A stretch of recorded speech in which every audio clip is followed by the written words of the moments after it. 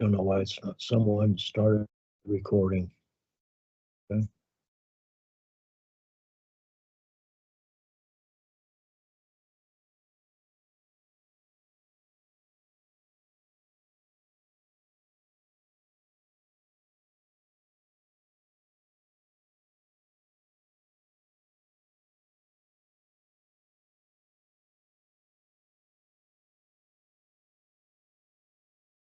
Something's not working.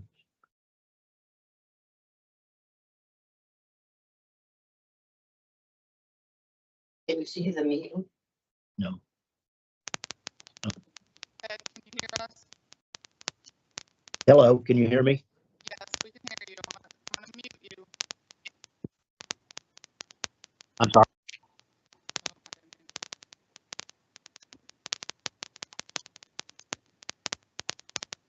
There's a lot of static. There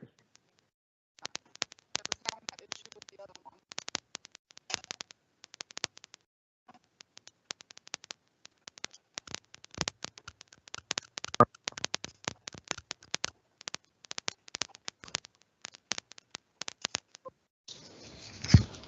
Excuse me.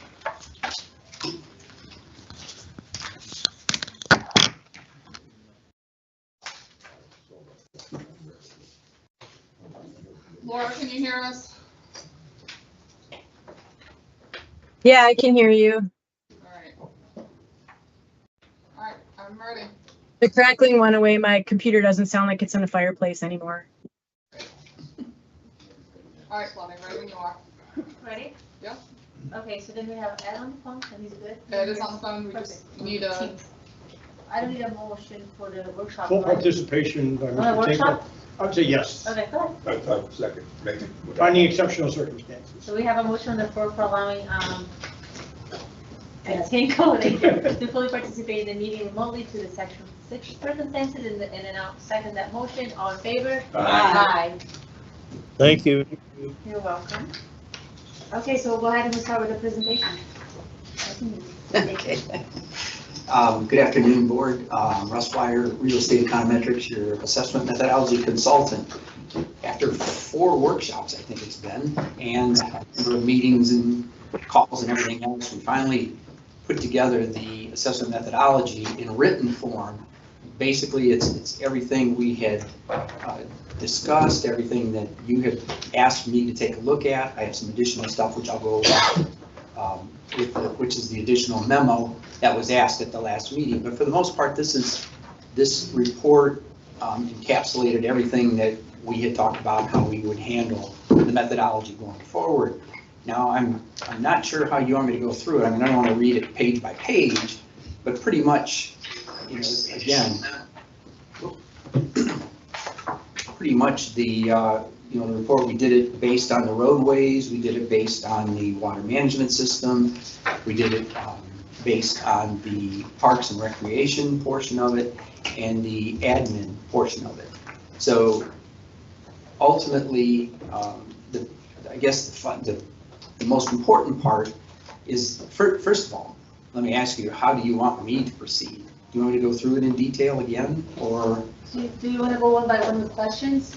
But I just have some questions. So I think that's better, so we don't have to redo everything. We'll go one by one with questions and Okay, whatever easier. that works Okay, so perfect. since Carol, you're prepared with your question? Yes. Okay, so we'll start with Carol. Okay, if we go to the very end of your report, oops, here we go. we go to the very end of the report, page 24. Yes, Where are the 2 tables with Pelican and with Gateway. yes, ma'am. Okay. And maybe I missed it somewhere in all the workshops and whatever, but why do we have single family and multifamily as 2 separate categories? And the reason why I'm asking it is because after attending a number of homeowner association meetings and others that do an assessment, their philosophy is if you purchase a unit, then you have the same rights as anybody else. Mhm. It doesn't matter how big the unit is, how much it costs, as opposed to somebody else's. Doesn't matter if it's a freestanding house or a condominium. Everybody pays the same amount because they say they each have the same right to the assets or the amenities or whatever the fee is being charged for. And just as a philosophy, shouldn't this be the same? Shouldn't Pelican have 2,498 units, whether it's a house, whether it's a condo, whether it's an apartment, whether it's where the kind doesn't matter, because maybe the person who lives there now doesn't use anything, but that doesn't mean that the next person that comes and buys it or whatever may use something. So did I miss a discussion or something about why we have two different categories? Why isn't it just housing unit as opposed to single family and multifamily? I understand that. Initially, when we went through the analysis, that we've had single family and multifamily. They are different in size of units, they're different in size of the lots, which relates to water management. So what we're doing is proving the benefit in reality of that. So the benefit is a little bit different from a multifamily unit than a single family unit. And that is in relation, when we first started out, if you recall, single family has a trip generation of like 9.6, and multifamily has a trip generation of like 4.8 or 4.7, something along that line. Then, as we were going through the analysis, we realized that within the gate, within especially an age-restricted community, that we have one trip generation, and it didn't matter what kind of unit you had in there. Right. So if you look at that last page, you'll see the road assessments are the same, both for single family and multifamily. The parks are the same because it was determined at the 0.1 or 0.15 level versus a 1. The administration is the same because everybody received a 1. The difference in this case is in the water management. And because what I did is I took all of the single family units, added them up, and then I took that percentage of the acreage, and then I took the multifamily and added them up, and the percent of that acreage, and then the golf course, and added that up, and that percentage of the acreage. And that's where the differentiation between the two is. And we did the same thing at Gateway. No, I know what you did. I'm just saying philosophically, why can't we treat every unit equal to every other unit?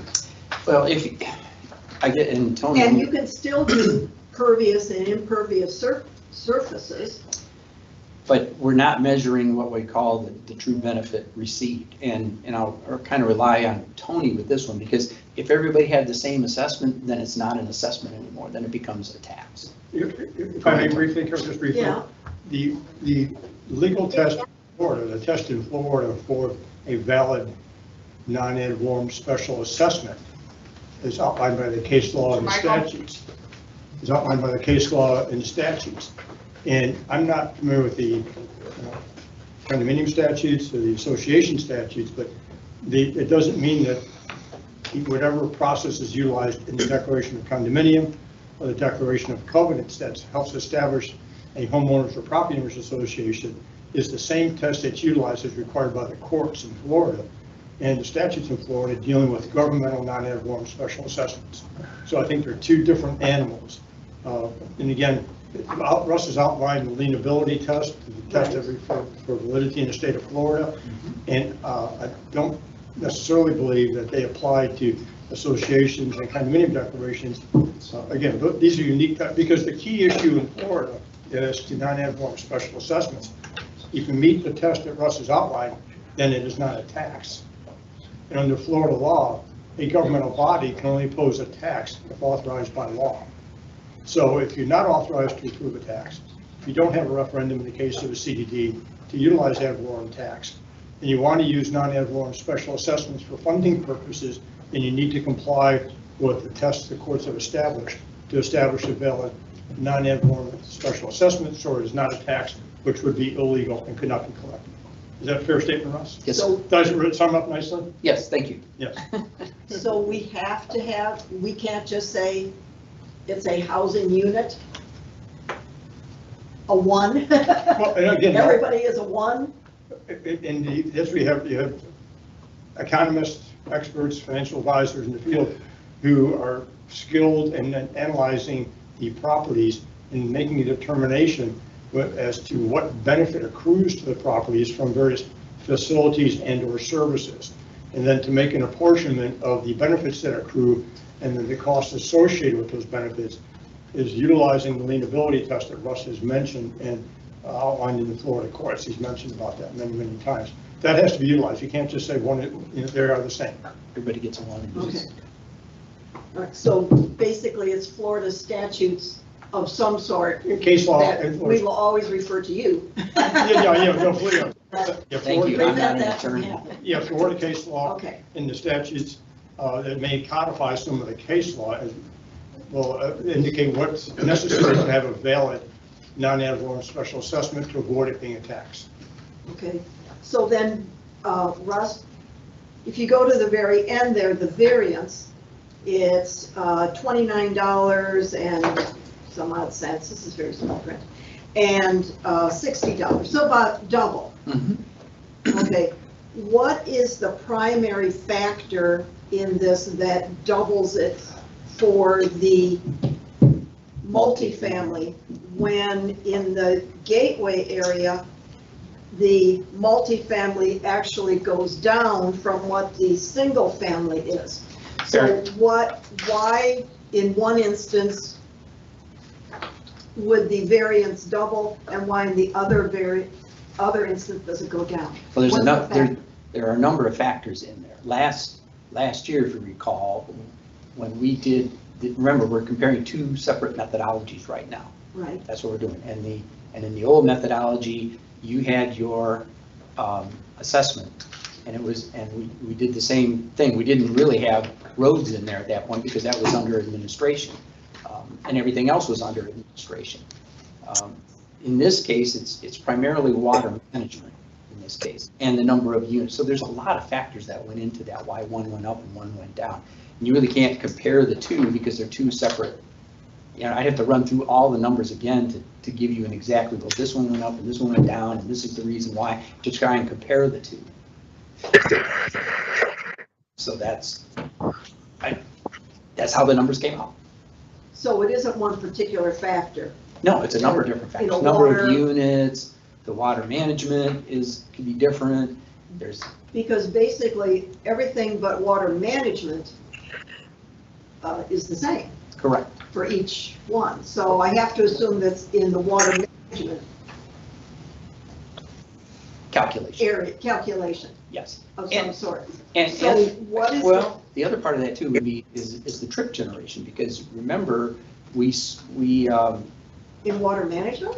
well, no, just when you look at trip generation, because the golf course is included in there as a part of that too. So the golf course trip generation was calculated, you know, a little differently because we did it by holes this time versus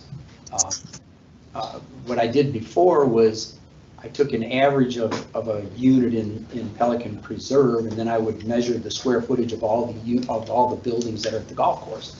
So that changed. Okay. So there's a number of the trip generation changed, the golf I'm course. just talking about between single family and multifamily. No, I understand, but you gotta talking count, but you about- gotta count the golf course in there too, Why? because they generated less. So if you look at, based on the way we calculate, actually, they But everything is the same except underwater management. in this year, correct, and you're comparing it to last year's, and last year's was totally different the way we measured it. And I have to go through a detailed analysis of seeing why each one did that. Because we went item by item, and then when you put them together, that's how it came out. Okay, well then, speaking of golf courses, going down Pelican's golf course and going down to Gateways, Mm-hmm. one is 18 holes, Gateways is 18 holes, Pelicans is 27 holes. I understand the difference there. So shouldn't Pelican be basically 50% more than Gateway? Totally, remember last Or- year, they were measured differently. The Pelican Reserve units, when they did it under the administrative portion of their budget, was 1 unit per acre. But we brought that down now, that's coming way down. So because we did it, we were getting consistent between the Gateway Golf Course and the Pelican Reserve Golf Course. They were, up until last year, they were up and including last year, they were measured differently. But now they're being measured the same because Those they're, that were measured the same this year using last year's criteria. I'm sorry, So those you took last year's methodology of computing your golf course right, and applied the way we did it in Pelican to Gateway. they were different. Well, I'm saying, normalize them, but don't normalize them based on the way we did Gateway. Normalize them based on the way you did it for Pelican. You got a choice. We had 2 choices last year, the Pelican way, the Gateway way. And I'm hearing that you changed everything to the Gateway way. And I'm- No, what it's I'm asking, what I'm asking is, if you evaluated the Gateway 18 holes in the same manner that you evaluated the Pelican. When I did the new methodology? Yeah. No, Well, I know you didn't. no, but I mean, because, no, why- what I did, because, and Gateway's measured differently this year too. It's not done based on the measure of units and the square footage and that sort of thing. It's done on the holes. Say that a little slower. Just real quick, I think the question is, did you apply the same methodology for Pelican as Gateway this year? How you measure and calculate? Is it the same? It is the same this year. It's the yes. same this year? Okay, if it is the same, why is the difference of 9 holes more than double? Why is Pelican more than double? 50% I can understand, 27 holes, 18. But the Gateway Golf Course comes out at what, 101,000 for 24-25, and Pelican is 358. And remember that we dropped, Yeah, you tell me about to remember. I don't remember, and I'm asking for. I know you it's don't, because illogical to me, you and I talked about this, And I've never Yeah. agreed with it. and we have talked about it. Remember you said, I said we talked, I've never agreed. I don't understand. it was abnormally high because they had 258 units. Now they're coming down to 27. What if you took whatever number of units it was for Gateway and brought it up to whatever that 258 would be, and then computed? We could do that, but to me, it wasn't at that point, we had 2 different ones, and I wanted to get them consistent. Can we do The that? difference is, Russ, if you're taking 27 holes versus 18, what's the same is 18 to 18.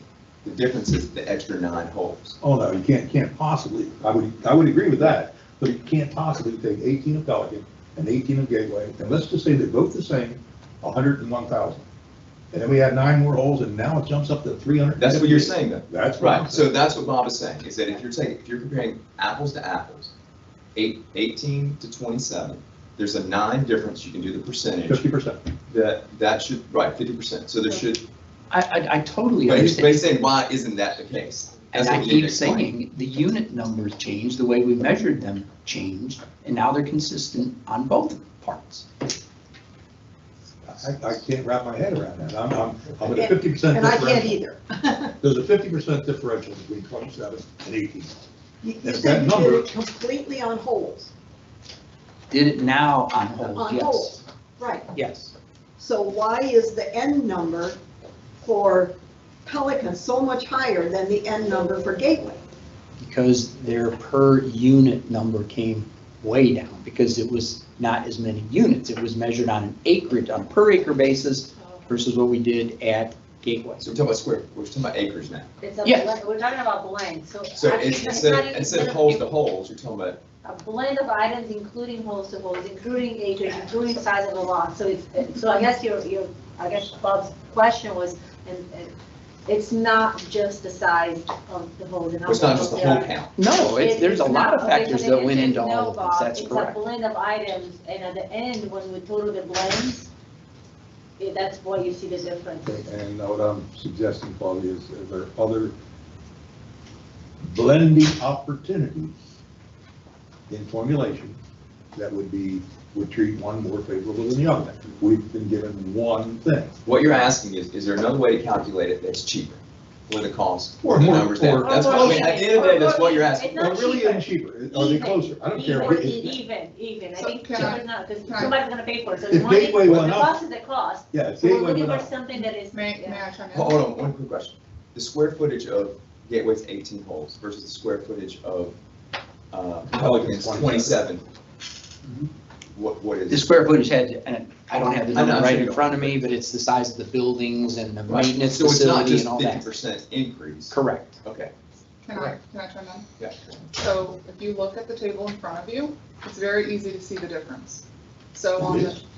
it is, on Yeah. the gate, this is the Pelican side. Again, you all chose the methodology per category, right?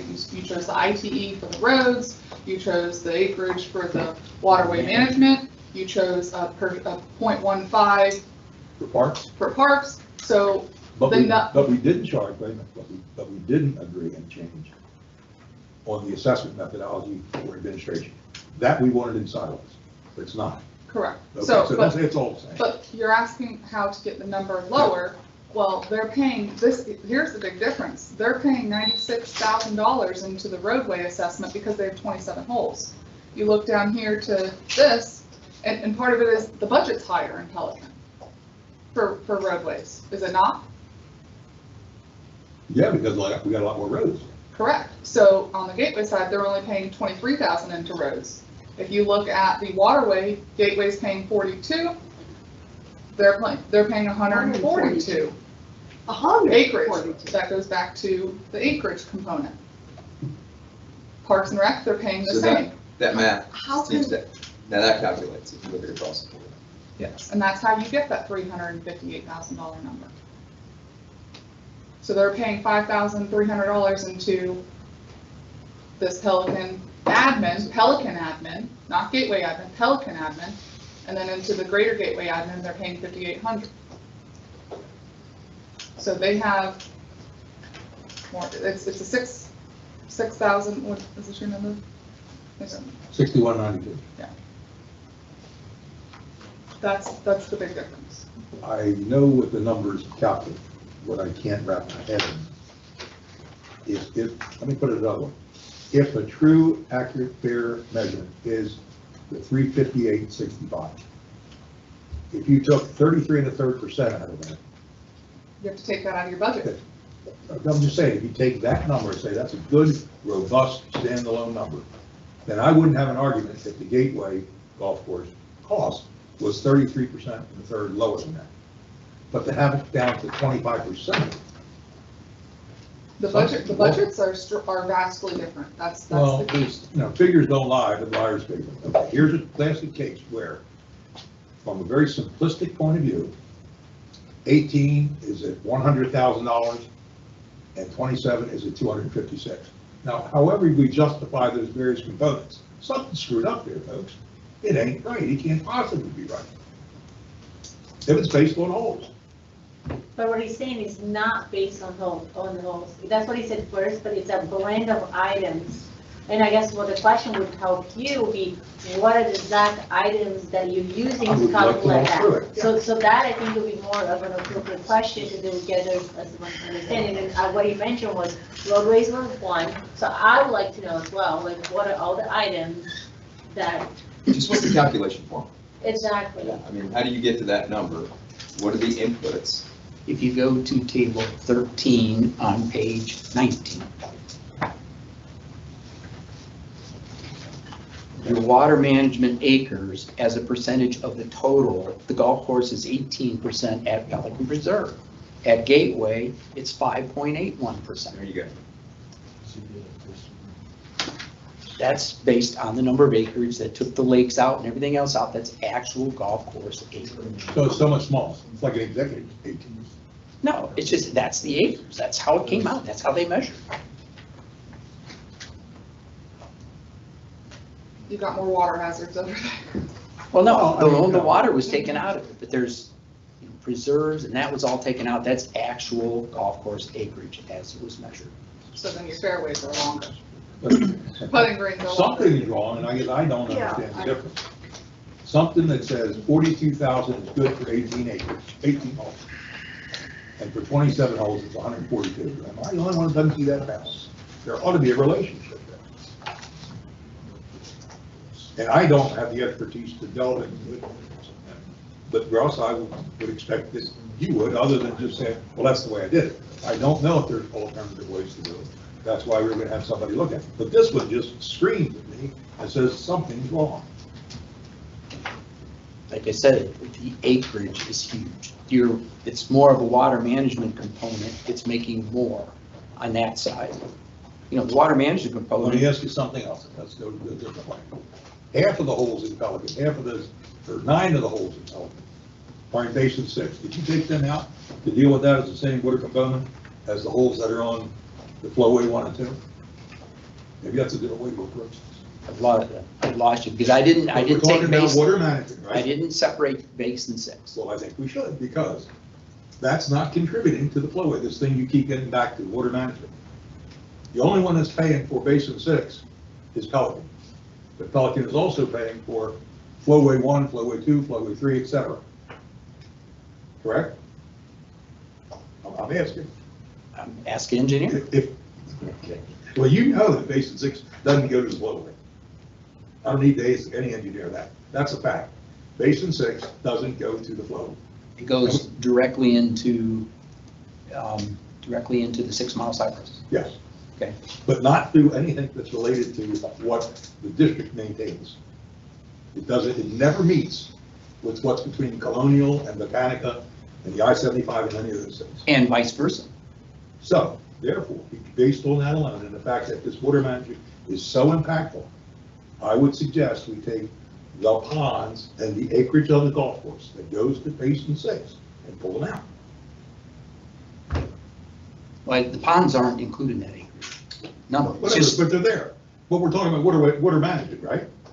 We're talking about water that hits grass and goes somewhere.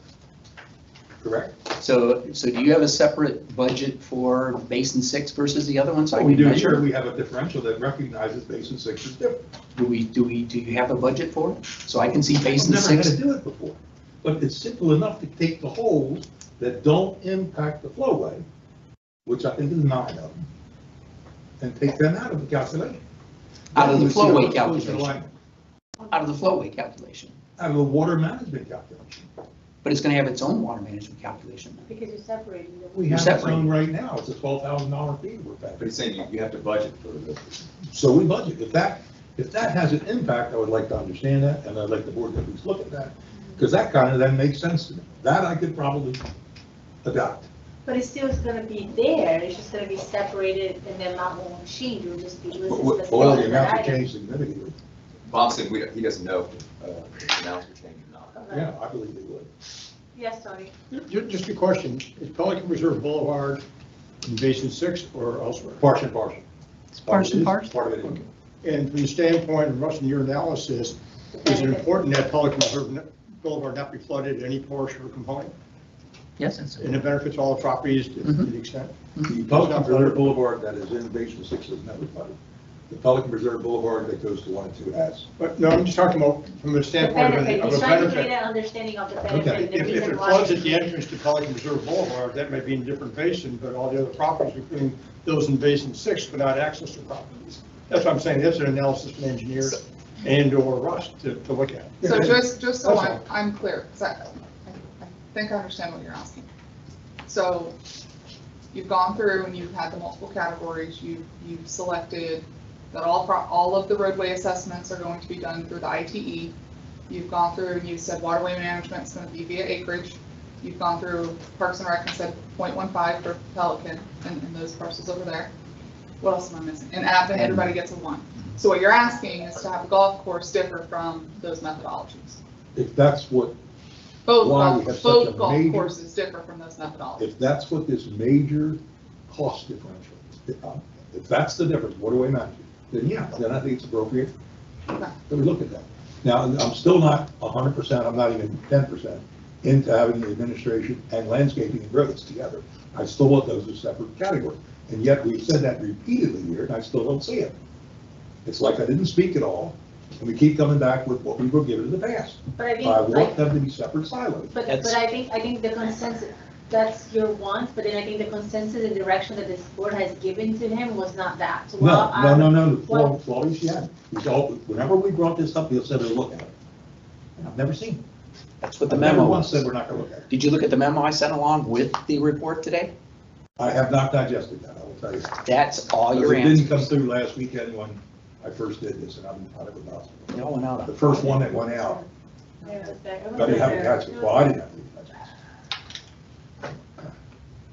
Okay, my next question is, Well, let's get this resolved. Have we decided as a board that we're not interested in looking at that at all?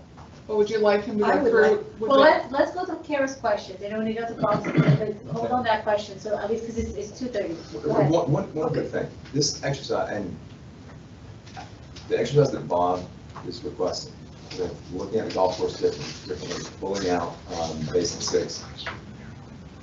What, can you say what the potential impact of that could be at this point? I mean, is it even more, that's my point, but we're gonna go through all this work, and you're gonna say $10,000. Well, that's what it worked. Or it's gonna be apples to apples, and we're getting down to the, kind of late in the game to be. Well, I'm not on the deadline, Doug. I understand. But if we don't get this resolved today, we don't get it resolved tomorrow. But I would really like to have the questions answered before I'm asked about it. Otherwise, why do I show up? It's gonna be 3-2, I'm gonna go home. Well, at some point, we do have to have some trust in the calculations I of our don't- assessment I don't- methodology, and, I don't- you know, because I guarantee you, we couldn't all at this board articulate all the formulas and calculations and the justifications for everything that he does. That's why we hire, a specialist to come in and do this stuff. But again, I'm not arguing, I- your request isn't I'm- valid, I don't want to nitpick through this thing, because we've changed methodologies. But the nitpick It is just seems to me that it's- significant. I can't wrap my hand around the fact that Pelican Golf Course is paying 3 times as much as Gateway Golf Course. Well, And it's only 50% bigger. and to answer that 27 question, holes as Russ said opposed that to it's not 18 just based on holes, there's more to it. So therefore, as long as we can see what that calculation is, I don't disagree with, And it's not based When on. I look at the numbers, Yeah. I have a tough time figuring out why Pelican's going to be paying 3 times as much as Gateway Golf. I'm not disputing your request at all. I'm just, I completely understand. Okay, I'll write these down for a follow-up, and then we're done. And then, what is your other question? Okay, Pelican Preserve also, I'm sorry. Let me point something out. I want you to look at the, this year's assessment, and then you look at last year's assessment. I'm sorry, I'm on that page 24, right? Golf course is at 358 and 101, and then, wait a minute. I gotta go find that last assessment per unit. I gotta find last year's assessment, because last year's assessment was even more a differential between the golf courses. You recall, you and I had that We've a lot of discussion conversation, I didn't agree with it a then. long time ago. Didn't agree with it then. You didn't agree that it was that, I agree, it was a great differential. But you told me at that Okay, time. so then this is But an the improvement methodologies were from what we It's have. not. It's not good enough. Okay, so we will recognize that this is an improvement for the difference between the 2 golf courses on the current methodology, but while it's an improvement, it's not good enough. I guess that's what we're saying, okay? Well, Right? I wouldn't characterize it that way. Because Well, it this was, is not feeling, this is a fact, right? So Yeah, if there's that's if there's a fact, if there's a number difference between the current methodology between the 2 golf courses now, and the percentage is lower now between those 2, that is, that's. I would characterize lower as 10%, and it's nowhere near 10%. It's always been skewed. One of the very first things I wrote to Chelsea when she came on is I'd like to understand, and I had. I didn't fight it. Okay. Okay, Pelican also has a dedicated preserve area. Obviously, nothing's built there, it's impervious. that's, Very good. Yeah. Thank you. that would be. Does Pelican get any kind of a credit for that? In terms of, Well, you said you take each of the housing plots and you determine how much is pervious and impervious. how much they impacted, correct? Correct. But you also have this preserve area, which Correct, is right in the middle, correct. which would affect the total amount of pervious, I take, impervious. for the pervious and Pervious. impervious acreage is non-district. And those are district properties, or they're The district properties. preserve is a district property. Yeah, they're the water management system. I can't include the water management system in the calculation. The calculation is how much are each of those properties impacting the water management system. That's what the calculation is. Then we find out that percentage, and we divide that into the budget amount, and it's the budget. Then I get it on a per unit basis from that point. So those aren't even included in that. They're not included in the calculation. For the record, Ed Tinkle has dropped off. So what's the acreage, I just prompted another thought. How much conservation area acres do we have in Pelican? We got 22 of them. I think it's 22. I couldn't tell you Do offhand. do you know how many we have over And here in Gateway, Gateway? quite a bit. I don't It have the is quite a number. bit? Okay. Yeah, we have quite a bit over here. So as a percentage of the community, or they go through the same filter? I'd have to confirm, but Is that the green on this map that's in here? I think so. This is That's the page engineer's report. 6, page 6, I think. Yep, of the engineer's report. Well, one thing would be an easy ask, Chelsea. What do we pay over here for conservation management? Dollar figure. About the same as Falcon. Okay, even though we're twice the homes. Oh, Oh, 75. I thought you were talking total contract. Yeah, no, she's talking, you were talking about, he wants to do a total, but she's talking about units. So units per units is very similar. The total will be more if we have more land or Well, more that's what I would acreage and vice expect. versa, yeah. So over here with 60% of the homes, there's a dollar figure.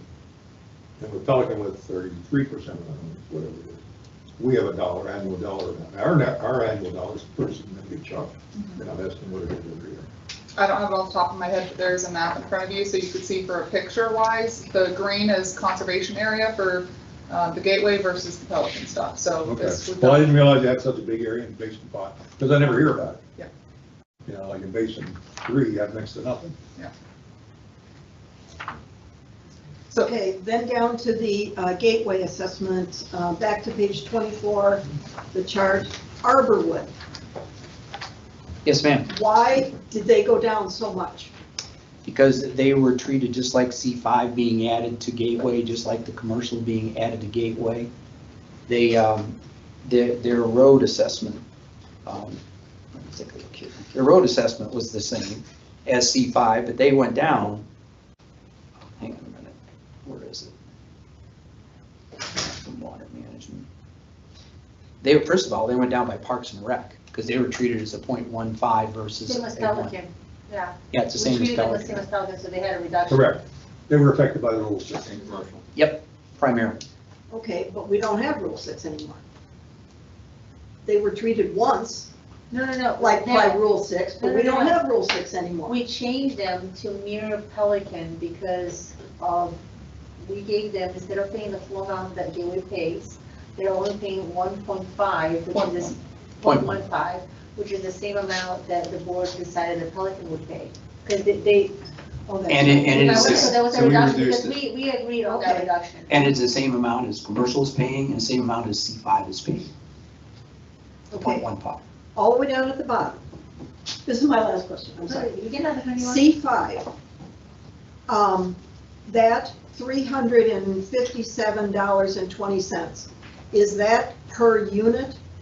Yes, ma'am. Because my understanding is so 168 times 357.20, that's going to be one bill to the one owner, because those are rental properties. Correct, So, and only one person owns all of C5. correct. But he owns 168 units. Okay, so So we treat him as a unit, just as if, it was a multifamily or a single-family unit. They're a unit. They're on the tax roll that we get from the county as 168 individual units. In other words, he's looking at use versus ownership. Right, Correct. okay, I think, so that person's going to get one bill for all of this. Yes, well, there's actually, I think there's two owners identified on those properties. So it would be going to each of them based on the number of units they have. That's Okay. that's So our. they got a $60,000 bill. Yeah. Get my attention. Okay, thank you. Bob? Well, I was waiting, I thought we were gonna go through the differences between having the silos, a silo for roads, a silo for landscaping. I'm okay with water, and I'm okay with safety and security. When I say I'm okay with the way it's presented. I haven't seen the impact of having the admin in each of those silos. That's what I thought I was gonna be hearing today. Which is that email that you were talking about, that you sent it out that you didn't The memo. read? The memo, okay. So if you can, I was gonna say. Do you have a copy of it in front of you I that you requested as part of the printing? didn't ask for any You printing. didn't ask for any printing? Okay. Yeah, just print that to Bob, and then, Is it in the workshop book? Yes. I'll give him my copy. All right, thank you.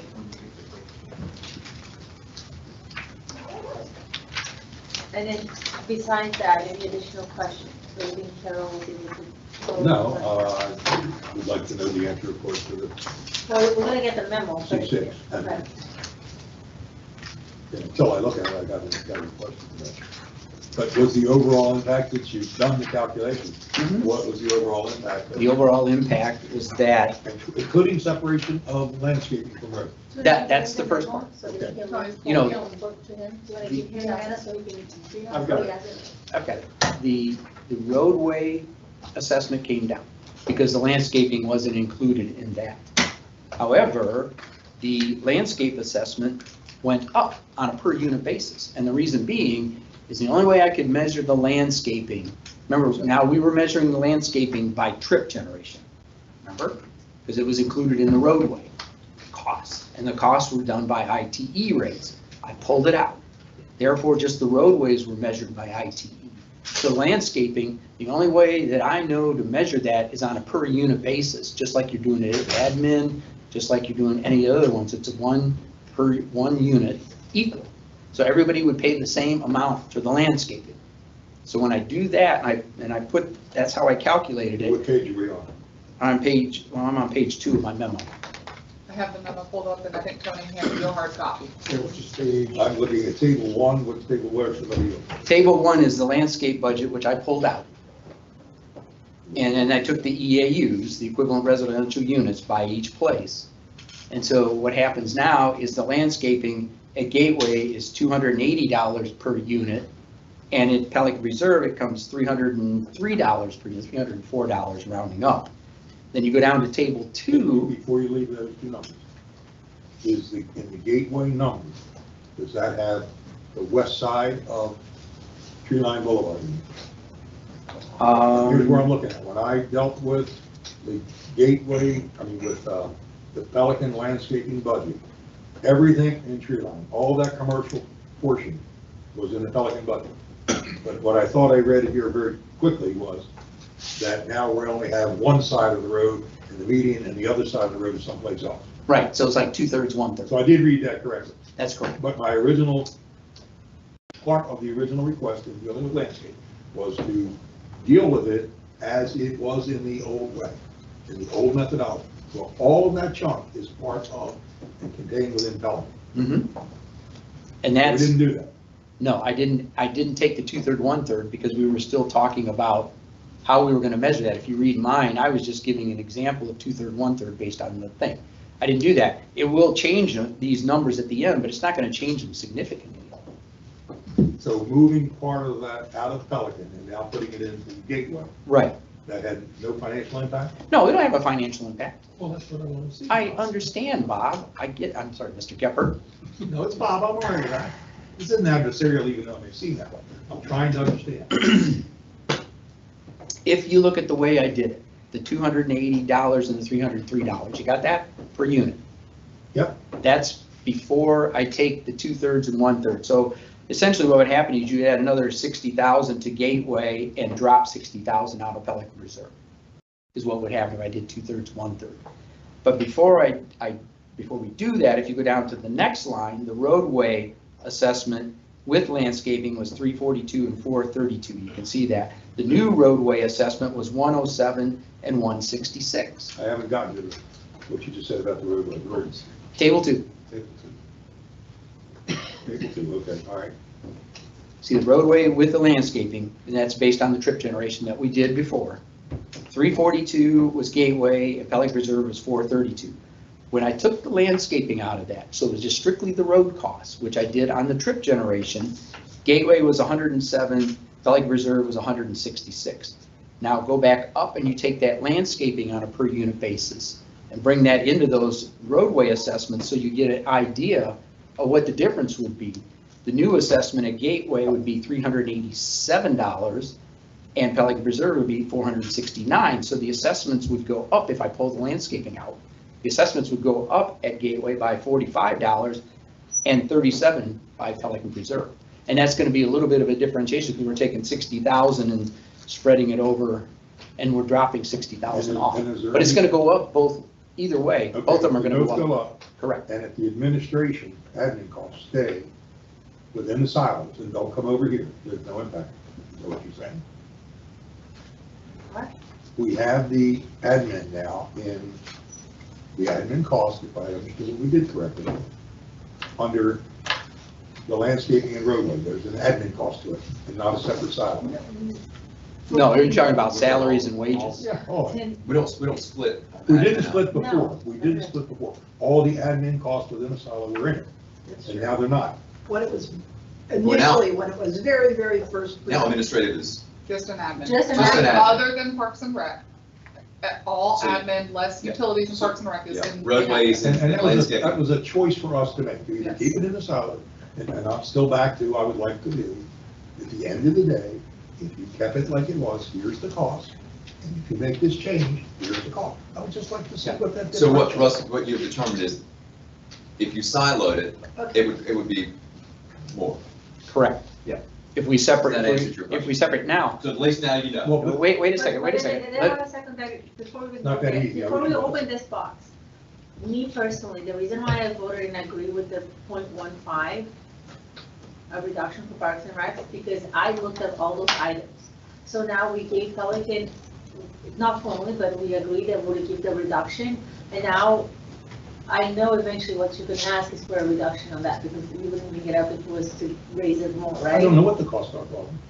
So, But I so think there then was a I will go benefit. back when it's time for voting, I'm just gonna make sure it's clear, I will go back on my word, because to me, when I went, because it was meeting you guys halfway, because my goal was always to be fair and even, but if that was what we wanted to apply for benefit on Parks and Recs, I went back and I agreed with lowering and allowing Pelican to be at a lower level, knowing that was it, point done, I wasn't gonna talk about it anymore, but now if we're gonna go back and start looking at the individual items, then I would like to go back, and so I'm just wanna be very transparent with this Whatever. board, that now I may have to rethink that, because that wasn't always the intention, or that wasn't brought up to us board from day one.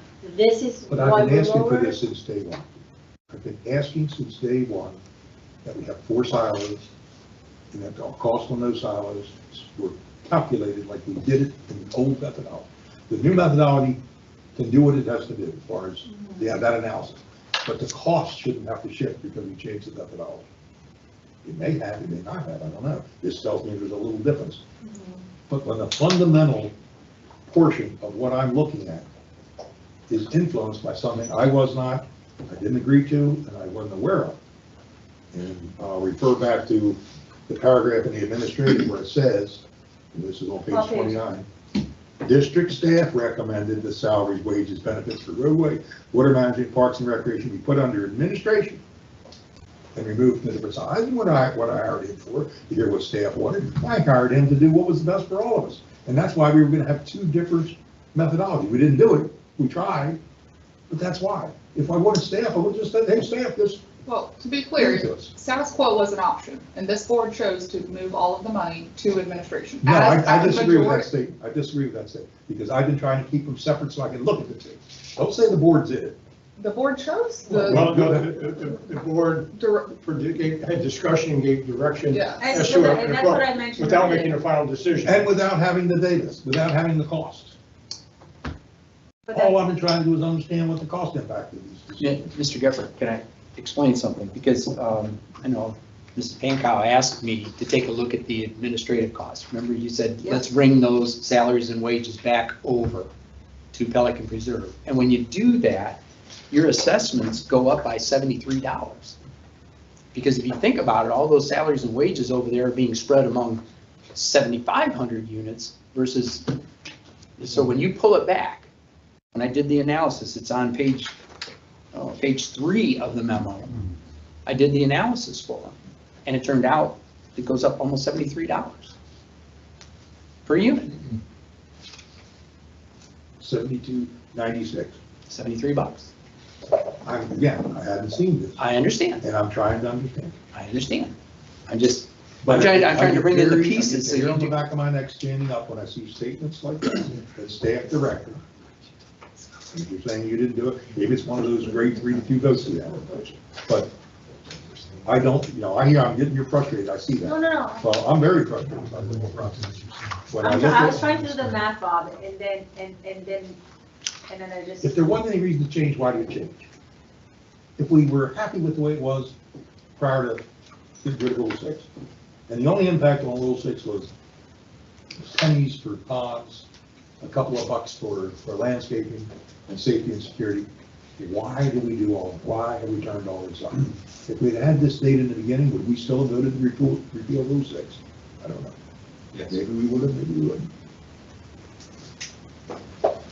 But I'm not comfortable that this has been a level I think there's been hands on the scale, directing Russ to do it a certain way. And I hope that was not the case, because that was never a direction from the board. Russ, have you been influenced by staff or anyone on the board? No, sir. No, sir. Thank you. And Then that's why all did you we put know. that statement in here? It's Why is this a bullet item from you? District staff recommended that the salaries. Why It was did- just, why it did was, we do because that? it was a suggestion. I could have taken it out, because the board was the one that I'm gave, trying to get that. Mr. Gepper, the board was the one that gave me the direction, says, yes, let's go that direction. You could have said no. Okay, so staff said that to us, and then we. They made the recommendation and you we gave me made the a direction. blessing, and that's what he worked with. Correct. I guess it could have been better stated on the new report. Is your recommendation, do you want us to consider siloing this? Yeah, I've always wanted that. Yeah, But so you not to change. No, they the want their salaries. assessment. But I want to see the difference between them. No, So but, the assessment will go up, right? Yeah, exactly. Yeah, so, so that's what he's trying to say. and I want to make sure that you and Carol get what you need, because I want you to be comfortable with this assessment. It's very important. So now you've got the numbers. Do you- And I'd like to have a little time to go over this, because, I'll probably bend his ear for a couple hours to make sure I really understand. I don't get a lot out of these meetings, but I do when we go through every single item one at a time. I don't want to take up the whole room's time for that.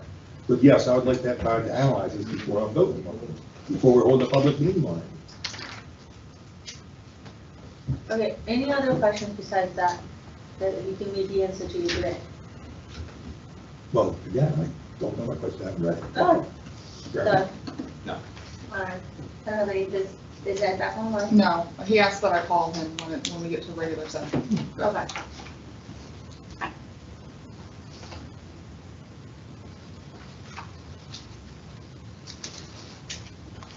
So me as was 3 o'clock, so I wouldn't necessarily. Can we just choose do, one Russ, can you just do a quick summary of, Of the memo, that's what I was gonna Yeah. ask. I know we should be able to Yeah, do walk that. us through that. Yeah, because we may be able to, I'm not saying that we can do it in 7 minutes, but we may be able to at least read it out. What are you looking for? I'm sorry. Just a summary of your Just a memo. summary of the memo. You kind of went over the landscaping, but generally just, Okay, the summary of the memo, again, I was asked for five items. One, to separate the landscaping from the roadways. We went over that.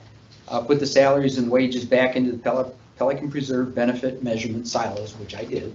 And that was the one we just went over, the $72 to $73. Forgive me. First statement was you separated the landscaping from the roadway. Correct. Okay, and the impact of that is? The impact of that is, if you go to page, which one was it? table 2. It was table 2. Right.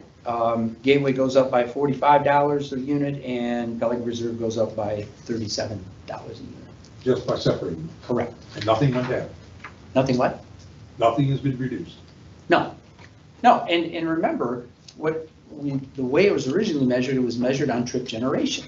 Now you're going on a per unit basis, so it's gonna go up. It's gonna, yeah, it is. Do we generate more dollars? No, it's same dollars. It's It's just divided- allocated different. It's Then how allocated. can they both go up? One, something's gotta go up, something's gotta go down, you know, action, Well, reaction. because we're asking on this specific, Okay, but roads this- and where I'll is tell the you, one I'll tell where you it what goes- went down. you're Commercial, asking on Wait a specific items, so he's telling you this specific item went up on both ends. I got that, There will be a point that one may go up and one may go down for gateway. and I wanna itself. get to that And point, then there's a wherever. point that will both go down, so. no, but what went down was the commercial. Because their trip generation is high, but now they're treated on a one-to-one basis. So there's the answer. There you go. Commercial one, that's something, how to get out. If the Yeah, dollars are the To same- make you go up, the dollars were the same, correct? Okay, good, got that now. Keep going. Okay, that was the roadways. Showed the administrative cost line items, and that was in the back, because somebody, you had asked, can you see what the administrative costs were? And that's your appendix A in the back. So that's all the line items that went into administrative costs. Number 4 was the determine landscape outside of the gate and split between Gateway and Pelican Preserve. And I took a stab at that based on the 2/3 and 1/3, not based on the 2/3, 1/3 differential between Gateway and Pelican Preserve, but in Pelican Preserve, I said, I looked at the road measurement and said, hey, it's 1/3 here, and then the median was 1, and then the left side was basically 1. Now, the 2/3, 1/3 was just done on a linear foot. In reality, what we need to do is I need to know what the budget would be for the, we had a bunch of alternatives, didn't we? That was, but the roadway on, what it would be on the left side, what it would be in the See, median. that's what I never agreed with separating median and one side versus the other. I wanted it to be totality, which is where it's been all along. So it stayed in its totality of all the Even higher. Pelican. Yeah, we've always done that. That's always been Pelican only budget. It's never been the Gateway budget. Right, if I, and I, But then it would mean the Pelican will be even higher if you do it this way. Maybe it is. Maybe we're generating a lot more money from the revenue of those commercial properties, which no longer come to us. So you wouldn't, because the commercial properties went down. So if you want to do it your way, Bob, and I think he mentioned this a couple meetings ago, that it will actually go up, and that's like one point that I remember like going over with you, like, it was like a significant increase, if that's how we want to do it, that's why he separated The it. significant increase I'm saying is the change in the methodology when we have to work it now. Every single thing that I've asked for, what the end result when I hear, oh, well, we did that, you're gonna go up. Well, in the name of God, everything gave go up. Pelican maintained it all before. Pelican taxed them for it, got the not ad valorem revenue. Pelican did the work. But now we've got a system where part of it now comes over to Gateway. And now I'm hearing about the 1/3, 2/3. well, Every single thing we do, folks, can't be negative. when you go to, And you can't go up. when we Well, were, that's what I Everything mean. can't Go go up, up. I agree with that Something's gotta statement. go down But to unfortunately- compensate for it. What is going Correct. up is a lot of Pelican items, but we have to recognize that a lot of items like commercial are going down. So I understand that statement and I agree, not everything can go up in all the different categories, but we have to recognize that while I have no benefit because I have no commercial property, so I'm not You're thrilled. ambivalent But neither are you, but if we had a room full of commercial, they'll be all supporting because they're happy. So we know not everybody's gonna be happy because the numbers are changing. And I would submit to you, Flavia, that everybody in the commercial world never once heard one single peep. So if that stays static, it's the same as it was last year, there's not gonna be a peep. So why are we hell-bent to charge residents to the detriment? Because it's not about we charge residents, it's about the methodologies and what we hire Russ to do. There we go. And that's a Benefit And the consequence. old methodology, No, but which we that- hired them to do, Okay. worked. But we, the board, have agreed, so like, we can't, I'm not gonna sit here and go back on what we agreed, because we all know what we agreed. And it's a feeling, to me, it's 100% a feeling versus a fact. The fact is we hire Russ, we may not like it, we may not agree, but we have to understand, I can have my own hat, and I have never had my Gateway hat or my Pelican hat. It's a Well, I whole, disagree with that I statement. don't see I've it, seen it that's too many fine, times. and that's fine. But I will tell you this, under the old methodology, which came from him too, we did it. And now all of a sudden we changed, we removed Rule 6, and now all other things are looked at. Because we as a board asked him to do that. Is that the part that is, I mean, I don't know any other ways to say it. We as a board We talked have about Rule 6. directed, we as a board have directed, and we are required by statute to have him and Tetra Tech work on this. So it's not something that it was a project for any of us. we as a board are required to follow those procedures. If we didn't like Russ, if we didn't trust Russ, then we should have hired Russ. And I think honestly, it's borderline disrespectful at this point, because he's here to provide us with a document. If we don't agree with the document, we'll challenge the document and we'll understand, but I think there's a lack of truly understanding the document or truly trying to approve mentally that document. But that's what we gave him to do, and he's just providing it to us. Are we all gonna like it? Clearly not, Let but me the ask you a facts are the different way. facts. We had a methodology up till 2025. Right. The only thing I knew it really changed was repeal Rule 6. Correct? That was the override impetus for having a new methodology. My question is, whatever was happening in that tree line corridor there with commercials or whatever, we had a methodology we used before. If we're changing things related to Rule 6, why do we change that?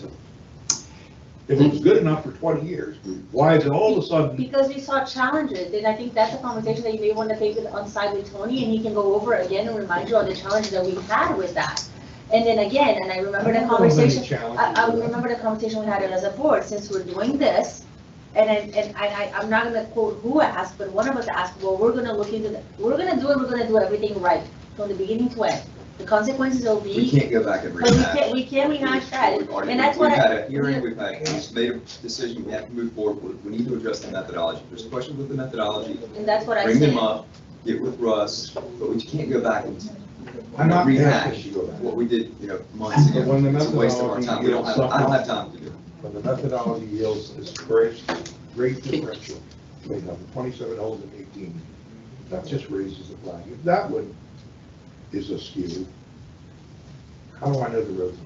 But that's something that is valid, and I don't disagree, and then once you have time to read the memo that was sent to you, and if you have any questions, then you're gonna reach out to Russ. Oh, like I we have absolutely before, will. And then you'll bring it up at the next meeting, look, I agree, I don't agree, or I agree halfway through it, we'll be here. And the same thing with the Basin 6. Okay, so those But are all the- I keep hearing is justification for what we did.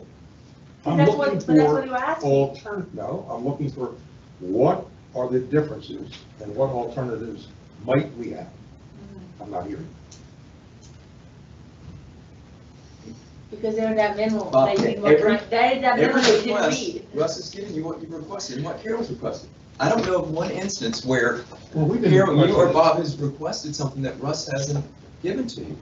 we've I been don't asking for understand. this since Now, November. whether you agree with the direction of the board or not, it's, I Okay, understand that, I'm and I'm okay with that part. sympathetic, I'm very sympathetic. But I don't want our residents to think that you guys, representing Pelican, are looking for alternatives and asking questions, and we're not delivering it. I don't think that's the case. I still think you may not agree with everything, but I'm okay with what I everything, don't agree everything with, but I don't. that you've asked I'm for, not- you've been given. Is I'm that not not accurate? Yes, Yeah, that is okay. accurate. Thank you. However, that doesn't mean we can't, just because we're going through a new methodology, doesn't mean we have to change everything.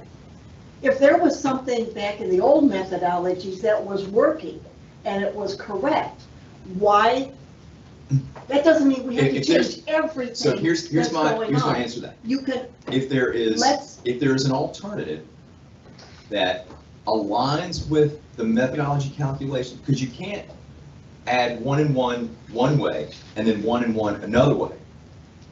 If we're going to a methodology and that we're using across the board, now some of the calculations we have, or metrics we have altered, but you can't say, we're going to calculate this one area this way and do it a different way if it's not consistent with the methodology as a whole. And I don't know if I'm saying that articulate. Okay, It but makes Doug- sense. Let me ask Russ one Doug, question. we might have said, okay, let's look at, we might, as a board, have given direction to Russ to say, okay, let's look at this, this, and this, but let's see what it is, how it comes out. Let's see the actual numbers. Let's not just But part make of a it, decision. from my position, In and I'm very sympathetic, Okay. I think where we're getting to is, well, I understand you guys don't necessarily agree with, if there's options, here's what I would say. If there's a way you want us to look at something, bring it to the table and let's look What at I'm it. trying to But you do can't for just say, let's do something different. Well, no, what I'm Did the saying memo. is if you computed the roadway in Lakescape using the old territory, forget the methodology, using that old territory is totally within Pelican. Now, why do we didn't need to change that to adopt it a new thing. That chunk could still be there. But if he says that you can't do it that way, Well, no, for X reason, then. Yeah, but we did it that way have to understand before. Why can't we do it now? We did it before. Because the benefits have changed. Both sides are benefiting from both sets of roadways. You have district roadways. They have district roadways.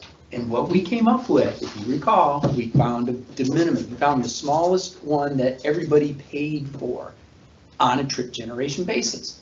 Then what we said, okay, the difference between that and what your budget is, and the difference between that and what Gateway's budget is, goes into each of those areas.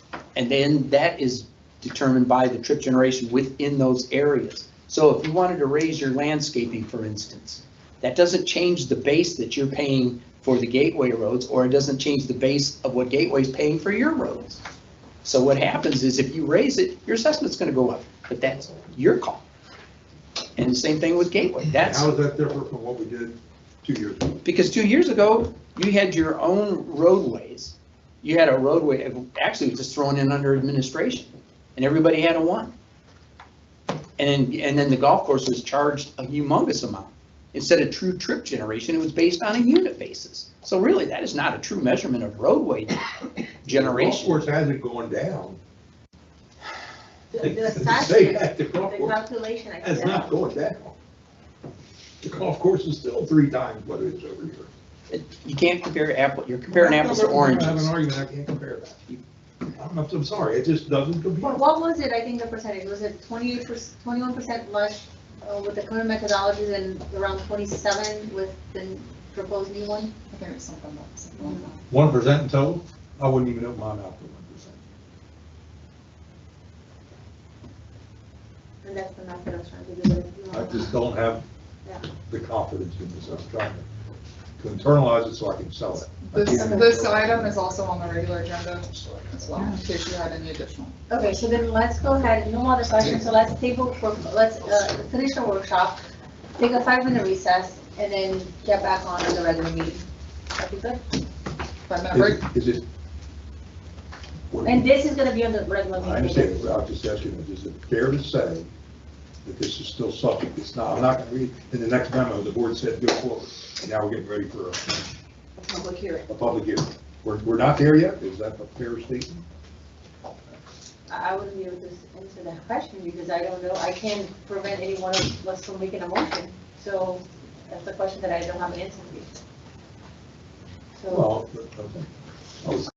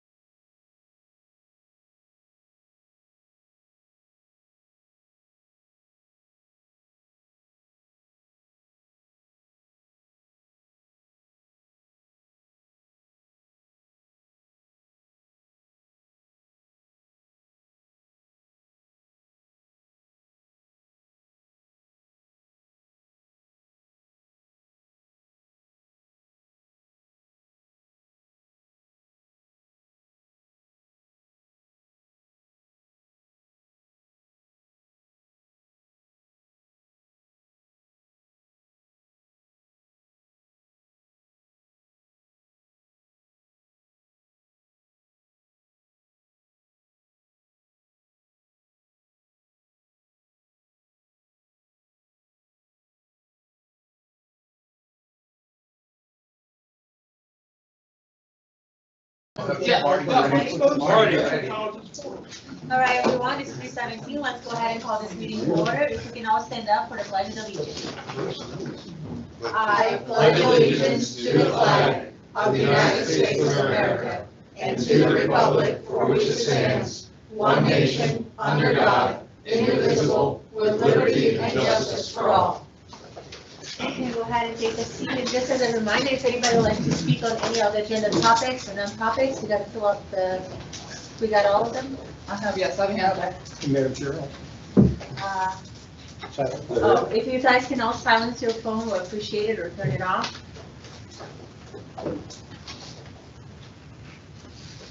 All right, so first item, we'll go ahead and have roll call. In attendance, we have Bob, Doug, Kara, and myself, and then I believe we have Ed Ed was online. rejoined, yes. Make a So, motion that due to extenuating circumstances, they'd be allowed to participate. Second. so we have a motion and a second. All in favor, say aye. Aye. Aye. Ed, can you hear us? Thank you all. Thank you. All right, so I need a motion for the approval of the final agenda. Got one question, Madam Chairman. I'd like to pull ahead item 11E. If we have some people here that would like to speak to that item in particular, can we do that Would you like it before or after? Russ? before 11A? Okay, so just 11, okay. That's all I need. Is there a second for that? And we're pulling it up to what, set? 11, Before A. Before A, okay. I'm back there, yes, and I'll say.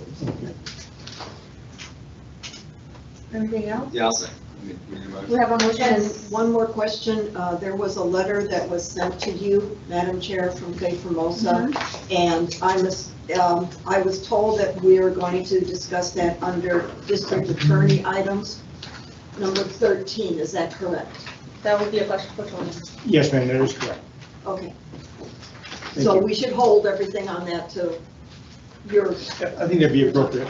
Okay, so we have a motion and a second to move item 11E ahead of 11A. All in favor, say aye. Aye. Aye. So, public comment. Tom Shaner? And just as a reminder, we have 2 minutes. And then if the board can remain from questioning, and we can discuss this among ourselves after. It's regarding the assessment methodology and district attorney items. Madam Chairman, real quick, I don't need it all, but I'm asking, do I get 3 on each or just 3 total? 3 total. Thank you. All right, first of all, I just want to say on the methodology, through our consultation with an independent assessment methodology consultant, we will be sending you a formal objection to where you are with the methodology at this time. Specifically, we will be objecting to the use of the baseline methodology for the roadways and landscape, 1. 2, that the Pelican Preserve landowners are receiving an assessment for parks and recreation. And 3, on the capital outlays included in the administrative portion of the proposed methodology. We will be objecting.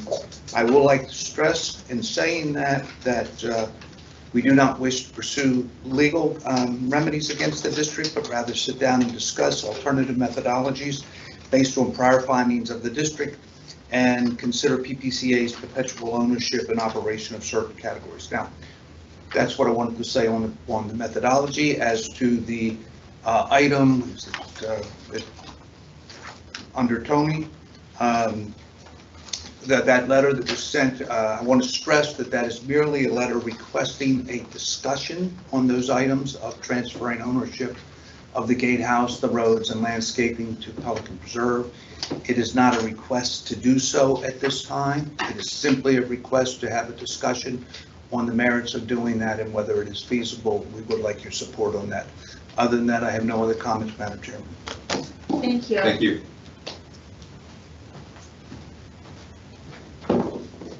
Next, sorry, Ed Hedges, same agenda item, assessment methodology.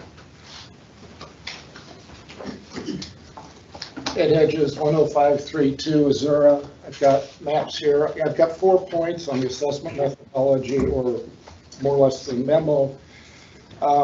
Regarding tree line and the landscaping, just want to point out that, this map shows the right-of-way. The vast majority of what is maintained, landscaping that's maintained on tree line is in the county with right-of-way or the CDD property up at the corner of Colonial. There is a small strip of, the blue parcel is community association property. There is a small piece of that strip up to the fence that is maintained by the PPAC landscaping. So it's really, it's not a 1/3 of the landscaping, it's probably more like 10% or so. The other thing that you should keep in mind is that to date, the community association provides all of the water for landscaping, CDD landscaping within the city of Fort Myers area at no cost to the PPAC. So the other thing is in Appendix A, I was trying to sort out, figure out where the numbers came from, and they really didn't make a lot of sense to me. The 940,000 for labor seems to include, you know, a lot of things other than just the administration, but a lot of the actual labor of the staff under Parks and Recreation, landscaping, and water management, your environmental people and stuff. I feel strongly, you know, to have those allocated on a one-to-one basis seems to go against, especially like the Parks and Rec, where for the non-labor, we would, Pelican would get assessed and the others would get assessed to 0.15. Seems like the labor associated with those should go the same way.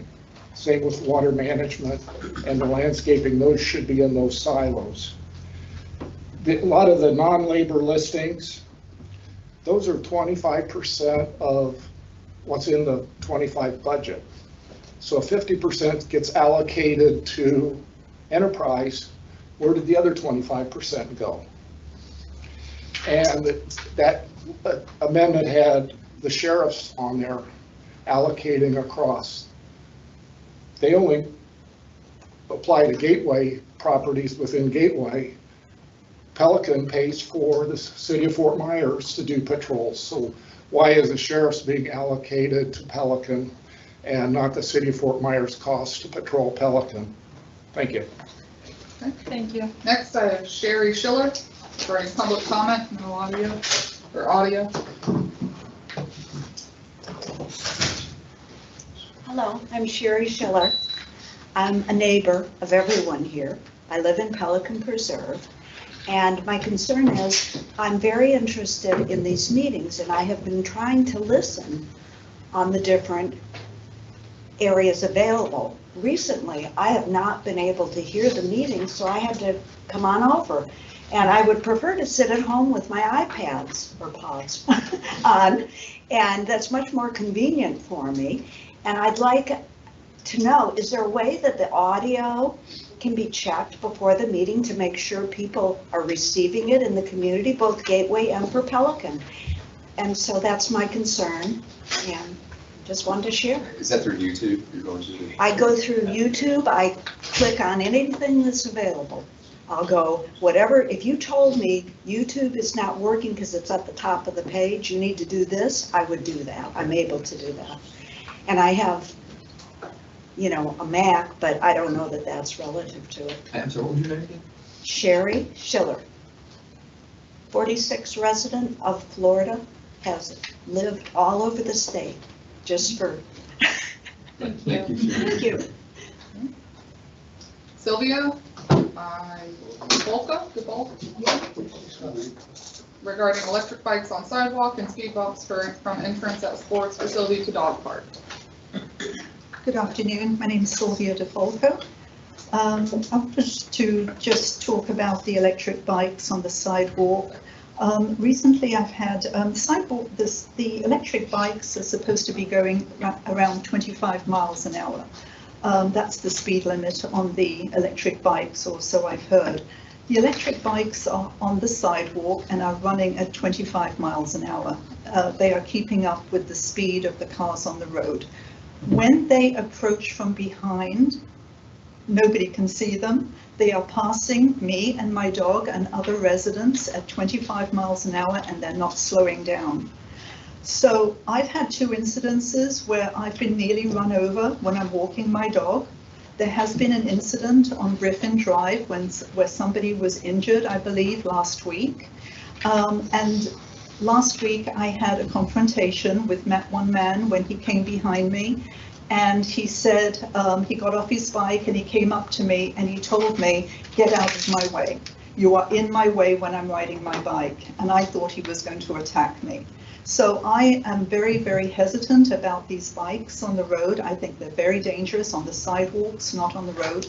And I think they need to be stopped. And I think a resolution or a solution to this would be to have a sign on the roads, just like they do by JetBlue, where it says no electric bikes allowed. These electric bikes are very dangerous for people. Some people are very hard of hearing, so even if they beep, people don't hear it with the amount of traffic. So I think something has to be done about that. These bikes are just going too fast, or there has to be a speed limit, a really, like with regular bikes, because I've nearly been hurt twice. My dog's nearly been hurt, and I know there was an incident last week.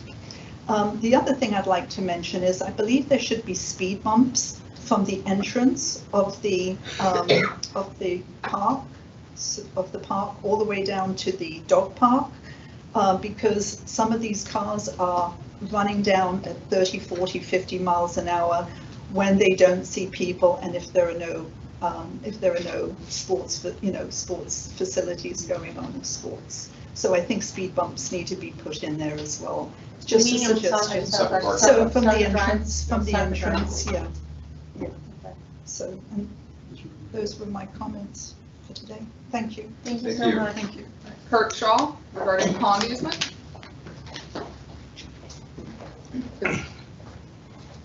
Just to reinforce I'm Kurt Shaw, what she just said, after one of the soccer games a couple of weeks ago, there were a couple of cars doing donuts out here in the driveway as they were leaving, so I did witness that. My question is about the pond easement. I moved here 1st of November, got the letter in December that trees are going to be removed for the easement for the reclamation or whatever on the ponds. And my trees, it was kind of vague where they were going to take them out. I have 9 trees across the back of the property, and but it was within what the map showed me. And then once they did the survey line, the easement line ran down through this line of trees. And I've had people out to look at it, and they told me, well, they were going to clear cut or take them all out if I didn't do the paperwork and all that. So I did that, and they came out and marked the trees for removal, and the only trees that they're not removing are on the easement line or outside the easement.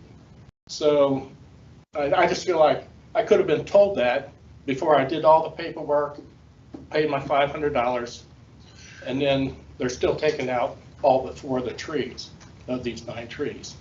And, nothing changed from that line that was surveyed.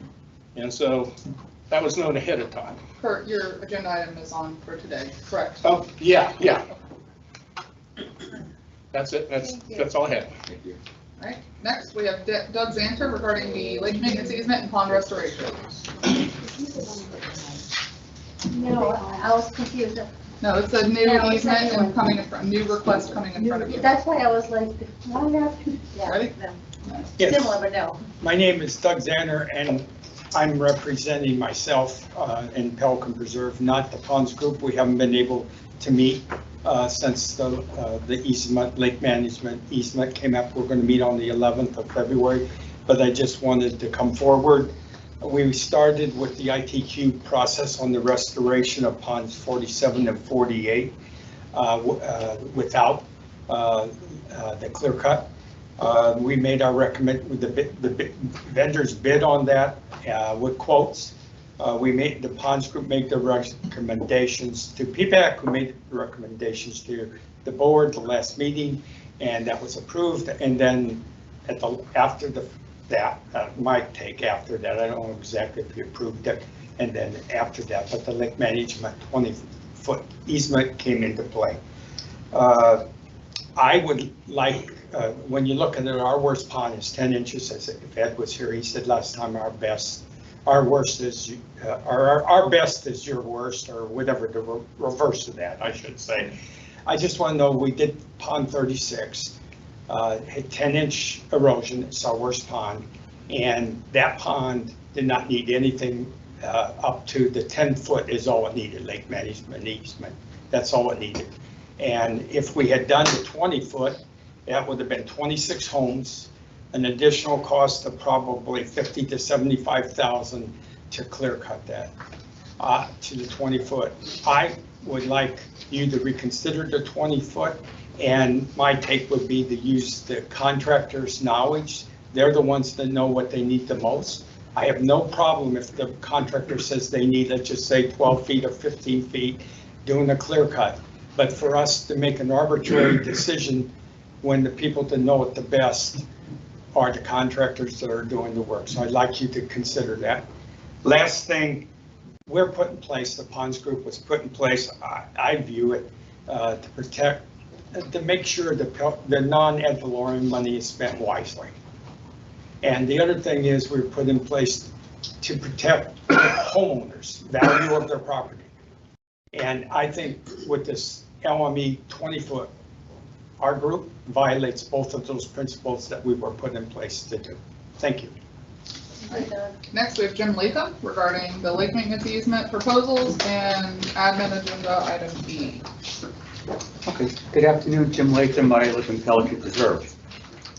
As a member of the Pelican Preserve Ponds Group, I would like to discuss the 20-foot LME that is currently a matter of concern for both residents of Pelican Preserve and Gateway.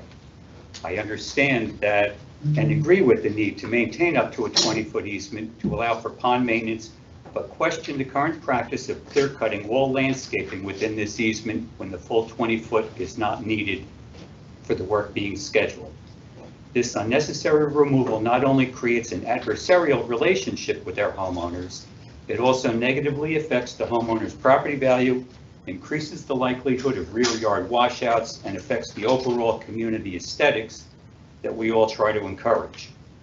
Most of the landscape in question was installed by the builder to make their properties more desirable. And to now go back and demand that the rear yard landscaping be removed should not be taken so lightly. In some cases, homeowners have spent a considerable amount of money to enhance their landscaping without being aware of the potential consequences.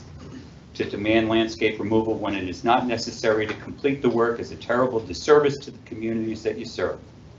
I would like to propose that Gateway modify the way they enforce the LME to limit landscape removal to only what is needed to complete the contracted work safely. If the scope of work requires the full 20-foot, then removal of any interfering landscape is warranted. My second proposal only addresses the previously board-approved bank restoration work on ponds 47 and 48. This work was planned based on our current budget allowances and before we were aware of the political, financial, and time impact of your current interpretation of the LME. To properly implement this new process will involve contacting each impacted homeowner, explaining the LME issue as well as their right to submit an easement appeal. The homeowner also has the right to relocate any offending landscape. This unanticipated and time-consuming process will prevent the current bank restoration work from moving forward this year. I ask that the board grant a waiver on the 20-foot clear cut to allow our current two projects to proceed as originally planned. We have already determined that the existing landscaping will not impede the contractors from safely completing their work. Our attention moving forward will be then to work with Gateway to identify the final LME process included in our Pelican Preserve Ponds Group PPAC planning for our future pond bank restoration recommendations. At that time, we'll have the necessary information that we need to make an informed decision. That's it. Thank you. What was your name again? Sorry. Jim Latham. Thank you. Jim, I have just one question for you. Is this the last one, Chelsea? Yes. Okay. With respect to this year, 47 and 48. Yes. What, I'm repeating back what I think I already want to make sure I got. Yeah. We're, the pot, you're speaking now for Ponds work group, this is their kind of. Me as an individual, we have our meeting next week, so Okay, you're the lead man on. With the lead man on the bank restoration project. So what I think you're asking the board is that for this year, since we've got 2 contracts with Fleet approved, let's move forward without regard to the 20-foot LME, but it'll be under consideration for all future. That's Yeah. one thing. You get a little moratorium or whatever, a compromise. And then secondly, the other part of the thrust is, if the ponds group, along with the engineer, determines that a future pond doesn't require the full 20-foot, that your group would like to make a recommendation for us to approve, understanding that. So you don't have to take out the whole 20-foot, and we still get the work done, and in no way it impacts with our right to make the 20-foot. We'll always need the ability to We'll use always the have 20-foot if it's Okay. needed. So far, the ponds that we did do, we haven't needed anywhere near that. I just want to make sure I got it, and You know. hopefully that would clear it for the board. But we do have plans to bring it to the homeowners, just so they're aware of this potential easement infringement if they're going to be doing any other future landscape work in the back. So And the other thing they're doing, just as Thank an you, Jim. aside, is You're it's going before our control committee. No, the architect. ACC. The ACC, the Architectural Control Committee, that they now understand what our requirements are. Because this is what happened in Nolan Tiberio with the pool. He went to the ACC, it said no problem. They didn't realize Okay. that was a 20-foot element, so. All Okay, right, thank so no you. more other comments? No, I have none signed up. Okay. So Thank you. we'll go ahead and move to logo achievements and recognitions. Yep. Do you have anything? I do. Good news and bad news. Good news for her, bad news for us. Elle did submit her date of retirement, which will be the end of July. So we plan on sending her off with a huge party because she's contributed so much to Gateway over the years. I'm tearing up thinking about it. So we just want to put that out there and congratulate her and thank her for her. That's all. All right. Any advisory committee items? None submitted. Okay. So go ahead and move to the consent agenda items. You got approval of minutes. Minutes. I move to approve agenda item 8A, B, and C. Second. We have consent agenda items A, B. Minutes. Minutes, okay. The minutes. My glasses. We have a It's so long motion, since I you've been here, you know. forget. Motion, a second, all in favor, say aye. Aye. Aye. Aye. Move on consent agenda items A, B, C, D, E, F, H, and I. If you want to put it in the dryer, low to medium, if not, I would say dry. He's waiting. Don't hang. Not actually. Yeah, I'll just put like on the back. F, G, and H. In other words, all of them. Oh, okay, oh, okay. I second. All in favor, say I was kind of aye. checking mine out, Jenny, after that too. at the same I was time. going one by one, I was like, which one did I miss? Aye. All right. District engineer. Nothing. Okay, admin items, and we'll go ahead and pull 11E forward, which is the. Ed, I'm gonna mute you for now. So we're pulling for 11E, correct? Correct. Yes.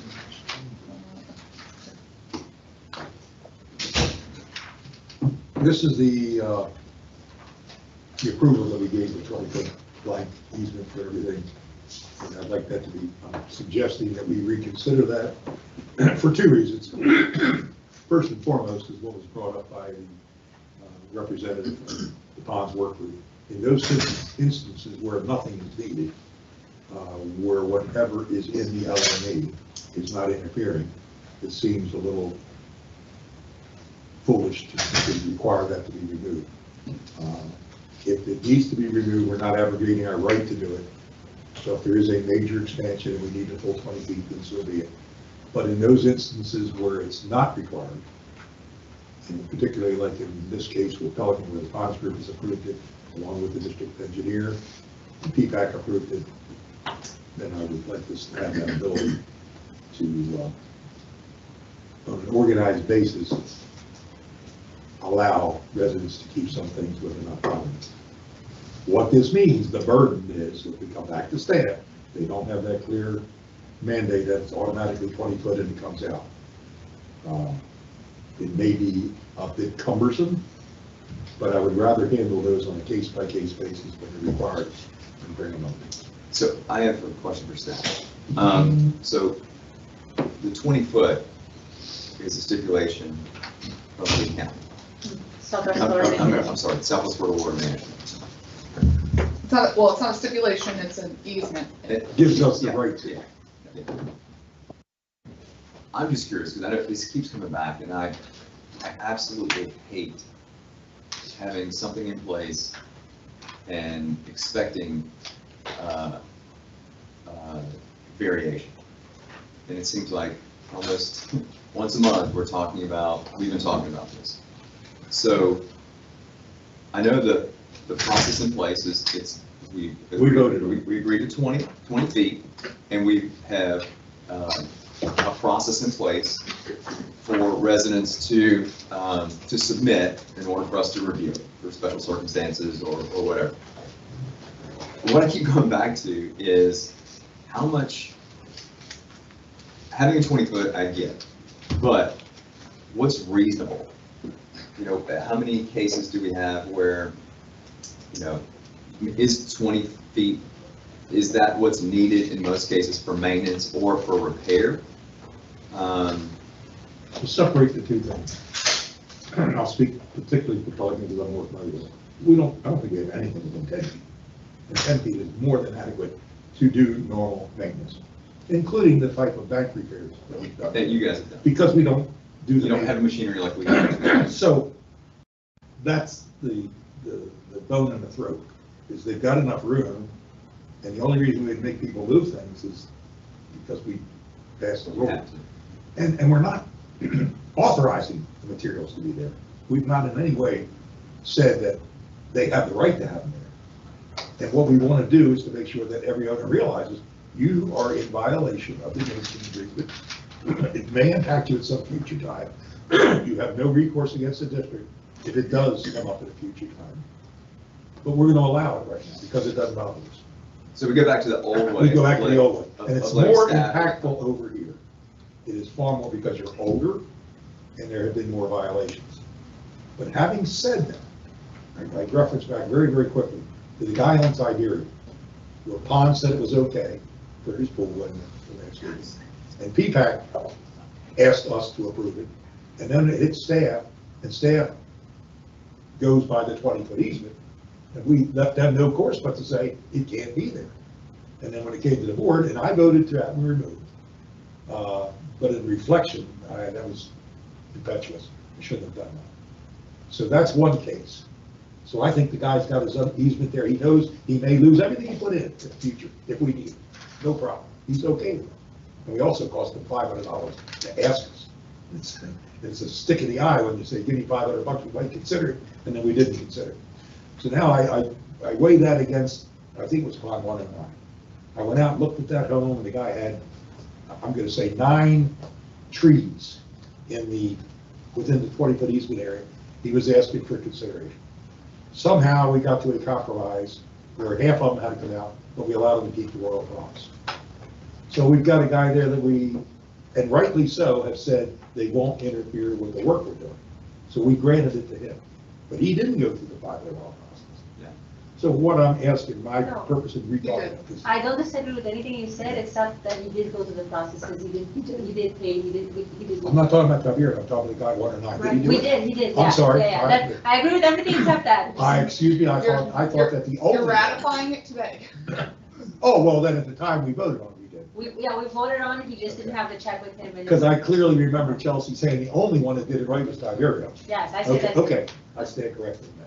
So, that's what I'm asking for. I don't know how many of these we're gonna have. Is it a pain in the butt? Yeah, but I think we should do it. Chelsea, what was the issue from the old way? What caused us to have to bring it back? And, because I just want to make sure we're clear on why we changed it in the first place. Do you want me to answer that? I think I can do that. I didn't, yeah. So. I mean, I remember, but yeah. I wanted. Something precipitated. Yeah, so prior to this, staff solely with Tetra Tech were going on site and saying this has to be removed and this was not. The board was not supporting staff decision. Okay. So the staff was saying this tree needs to be cut down, it's a So- recommendation of the contractor. With the engineer, yes. With With the engineer. So, And then we would say, no, it's okay. Well, somebody come and plead with us that we And we'd say it's okay. acquiesce. not necessarily they would have, because that's when we started with, okay, if the homeowner has an issue, he has to come to us. We're not, while we want to fight for every single homeowner, we don't want to speak on behalf of a homeowner. So that was the issue. We weren't supporting staff, and I clearly remember the words was, staff was not able to make those decisions, neither Tetra Tech. So we said, okay, since we can't support staff, and I was one to bring it up, since we cannot support staff, then we'll follow the guidelines. And this is going back 3 years ago. And then we morphed into when we did Dennis Preserve, it's been the 10 and 12, like we tried different areas. And that is what I'm most afraid of it, that clearly I didn't have a problem having staff and the engineer go out and make those decisions because that's how it was before, and I was a big supporter of it. But then the board was, as a whole, directs Right. what goes. So we had no standard and we were. Exactly, while I agree with it, I myself cannot just run and say that's how it's gonna go. The board, the majority did not follow the. But are we missing one piece in that? So Tetra Tech, staff, but in our case, in Gateway with a lot of the lake bank restoration projects, it's the contractor. No, because when the engineer puts together the plans, they identify what they believe to be the work zone and what needs to be removed. And so prior to that, it was the engineer determining that footage. And then when the board changed policy, the plans changed. And so And then staff would have looked, like the Tetra Tech was looking at either the repair or the reconstruction. Staff was looking at the maintenance, like the daily statements. You missed my point here a little bit. I know, I understand that, but when it comes to bid assignment, when we pick a contractor, sometimes those contractors will say, this is how we're gonna do it. So we'll use a barge, or we'll, whatever, this is the type of machinery we have available. Some machinery is smaller, some are bigger. So the contractor, I think, has to have, or could have, some input on what they deem reasonable for lake bank restoration point. And I do agree, we have to keep them separate, maintenance versus, In this example, clearly. Regular maintenance versus, yeah. So, I don't want to have people tear stuff down in their yard that's been there forever. I'm really against that. But I do understand our need for lake bank restoration and for regular maintenance, being able to do that, because we're paying people to do these jobs and they need to be able to do their jobs effectively. So I'd love for us to just find a happy ground. And I know that we should, this board, for as long as I've been on, we have shifted our train of thought to, if it's a policy, we adhere to it. If we don't like it, we change it. If it's a regulation, we stick to it, so we try to get away from the days. That was a stumbling block for me too, that was why I lived in 20 Which also, has led us down, But unintended consequences. Right.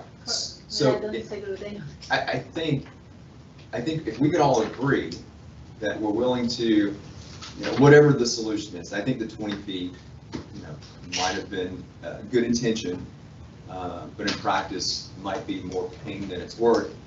Is there, is it 10 feet? Or would you just go back to staff recommendation with, first pass would be staff's recommendation and engineering, because that goes out to bid, and then a revisit with contractors. But we also have to look at, we've looked at some of the stakes. We've had to go back and look at how much erosion and all that stuff. So I think there's all these variables. A lot of components. So I think we have to have a process where first pass is staff and engineering, and then there is a final pass at when the bid is accepted and contractors come out. So there could be variable times. I'm with you 100% on everything you said, with one caveat I'd like to throw in. Only, I want to recognize the great work that the Pelican Pond Group has done. And if they opine that it's acceptable for them with the Tetra Tech concurrence, that they don't need whatever they need, 10 feet, 12 feet, 30, whatever they come up with, I would like them to be able to offer to us their position and alternative. Well, what we should be doing, Bob, is, again, whether you agree, we're trying to operate as one gateway. I understand that. Which would include Pelican, and I've been saying for years, but Pelican has had great committees, experts over there. We would love to have them come over here, but whatever we agree on, should be what we agree on for Pelican and for Gateway, in my opinion, even though some of the methods and means in the past in Pelican is a little different than what we're doing today. I still think 90% of the time we should.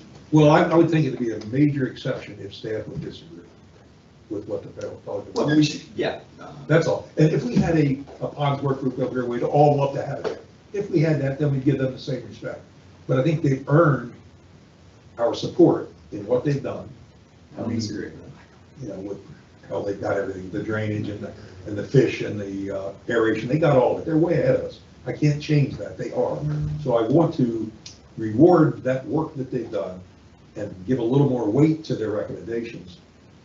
And I think we also put the staff in a trick box where, as if they got the 20-foot, yeah, we said, how would they ever violate that? Here's what I would say. I'd say that we, if we repeal the 20 feet, but we also set our policy as the guideline being in adherence with Florida Water Management at 20 feet, that's what staff and Tetra Tech should be looking at. Yep. Anything that falls within 20 feet needs to be looked at as far as, okay, these will or will not impede maintenance or lake bank restoration. But I do think we have to put a stake in the ground for BAU maintenance, and almost say 10 feet would be the minimum that we would not go. And they wouldn't, within 10 they feet. wouldn't. We're not. And I think you're saying most times that doesn't happen. So if our policy would be we adhere to Florida Water Management at 20 feet. That's where staff and Tetra Tech would start. Anything below that would be reviewed, re-reviewed by the contractor on a per case basis, per contractor. And they would make recommendations, but we will not, which I don't think there'd be any reason for this, but our minimum would be nothing below 10 feet. Yeah. That would be an absolute, under no circumstances. Okay, so I'll have Tony, then I'll have Carol. Oh, you got Carol go first, I'm sorry. Okay, because I thought you were going to say something. Yeah, I do. Well, yeah, a couple of things. My concern is, and I think it can be addressed or attempted to be addressed, nothing's ever perfect, is that as to those properties where the board has agreed that the vegetation within the 20 feet, not all of it needs to be removed, that those property owners receive a letter or correspondence that for this project, we're not going to require removal or remove. Be aware of the fact that your property is encumbered by a lake maintenance easement in favor of the district. We have the right at any point in time to remove anything that interferes with the ability of the district to maintain, operate, or exercise its easement rights. And we may even need to put something, reaffirmation in the public record, although people never read what's in the public record, the official record. Can I That's my thought. I know Carol's next, but I know you're talking about landscaping, but we haven't even talked about structures. I mean, we had 2 fences removed in Daniels Preserve. We have 2 fences right now on one pond bank of 2 HOAs that clearly go all the way to the water's edge. So, I mean, you have to be clear on what your policy is moving forward. If it's landscaping related only, that's fine. Give us clear direction. We'll proceed that way. If you have a different stance for structures, which, again, we need to be clear with what that is. Yeah, that's an excellent point, because I've had that happen in other districts where the county and/or city gave permits to extend fencing all the way down into the water, because the people had a pool and they wanted to comply with that Pool Child Safety Act and did not want to have a screen enclosure. And this was one way the county said you could do that, but they never came to the CDD until one day the district was out there mowing or attempting to mow the lake bank area, and they, boom, guess what? There's a fence there. Now, there's ways to address that, again, on an ad hoc, case-by-case basis. So that's one thing is, again, that it needs to be clear that the district has a right to remove these. One other aspect is too, we don't want to, be careful we don't create situations where we encourage the possibility for liability for the district. Now, the 20-foot lake maintenance easement is there. We can have everything removed from it. To have these exceptions, I'll call it, to it. One thing that needs to be factored in is, will it make it in a permit condition, so you're contrary to your permit condition, so that somebody, if they have an incident or accident in that area, and they try to say it's because of the vegetation being there.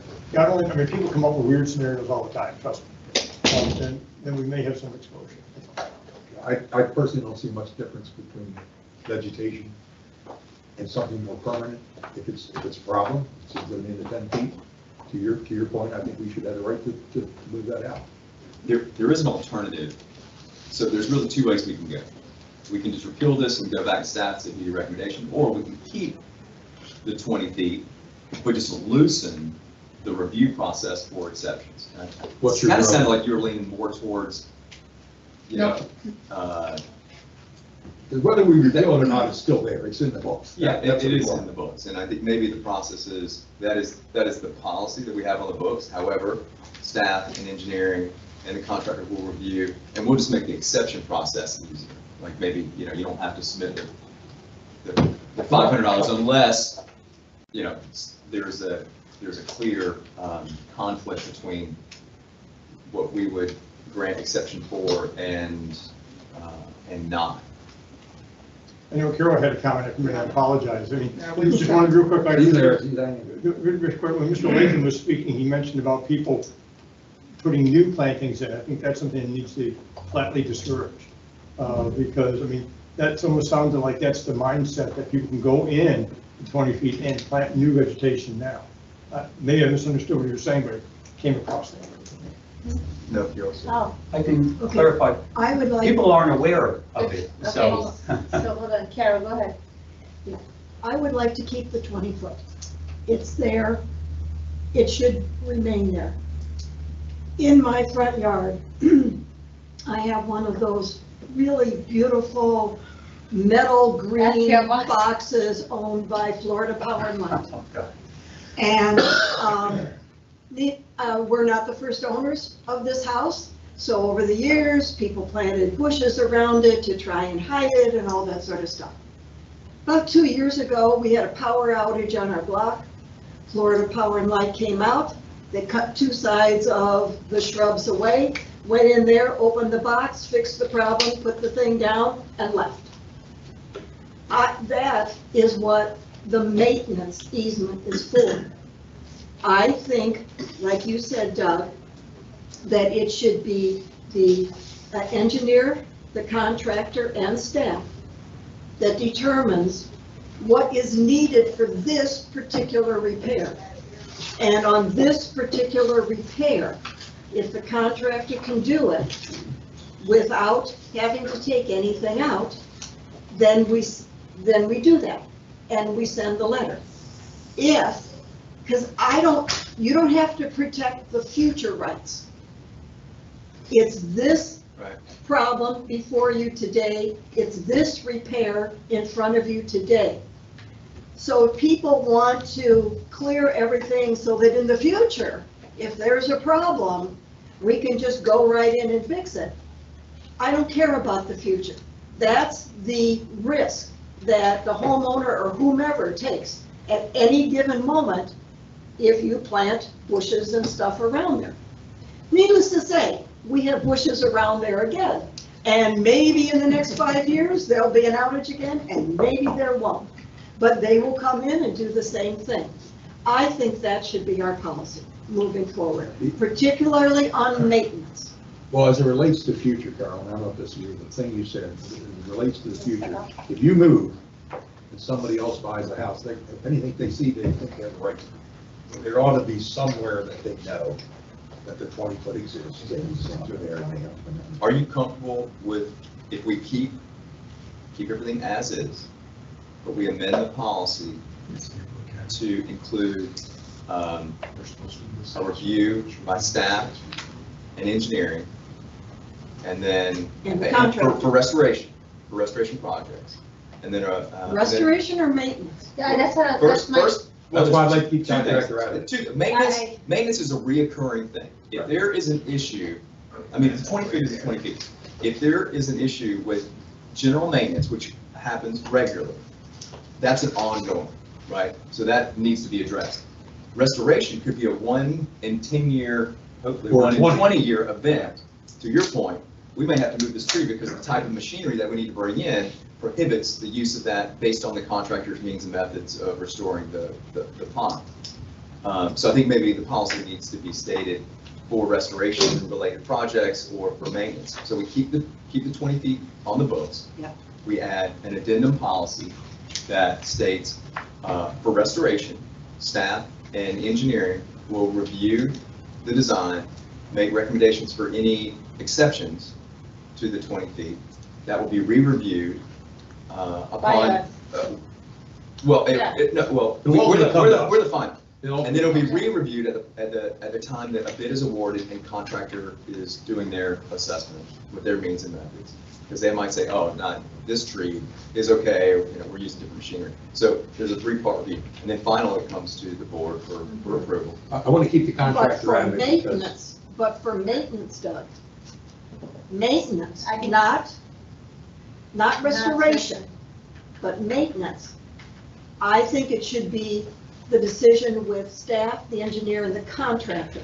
If they can do the job without taking anything out, they do the job without taking anything out. Keeping it on the books allows for what you said. If they have to take something out But the danger in that, Carl, to do the maintenance. is that when they're out there looking at this stuff, the neighbor will go up to the contractor and say, do you need this or not? This fellow's for historic, no, we're okay, we can get. Oh, that's where staff. That's why I'm saying keep the contractor out. Come into play there That's and why say, hey, staff look. and the engineer, they're. But we should also be instructing our contractors to not have discussions. Well, that's right. With That's another when it issue. comes to, That's why I didn't want to put them in their proposed language. No, I do think the contractors have to be in there, but I think that's where staff and the board, could have some. But I would like to add under the staff column, and I'll go back on this, that if the community has a ponds work, that's also a part of the problem. Because this exactly, to your point,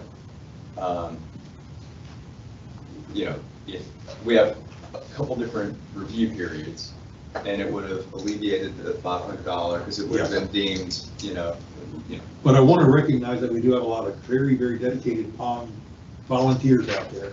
And if your community is fortunate enough to have that group, they should be involved.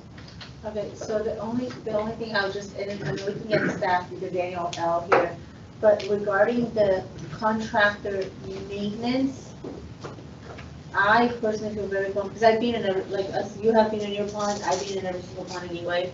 So I'm very comfortable with staff not bringing the contractor that's doing the maintenance, it's just staff alone, either Daniel or L, saying that this is okay, just because there's only two machines that they use, and vendors change. Vendors change. That's true. Right? 5 years from now. You're trying with his pen, I don't know what to say, so that's. Is this something we're gonna vote on? Yes, Tony. Just a couple observations, not to throw cold water in anything, but. Throw the wood. Okay, a couple, for example, from a legal perspective, everyone is on notice that those easements are on their property.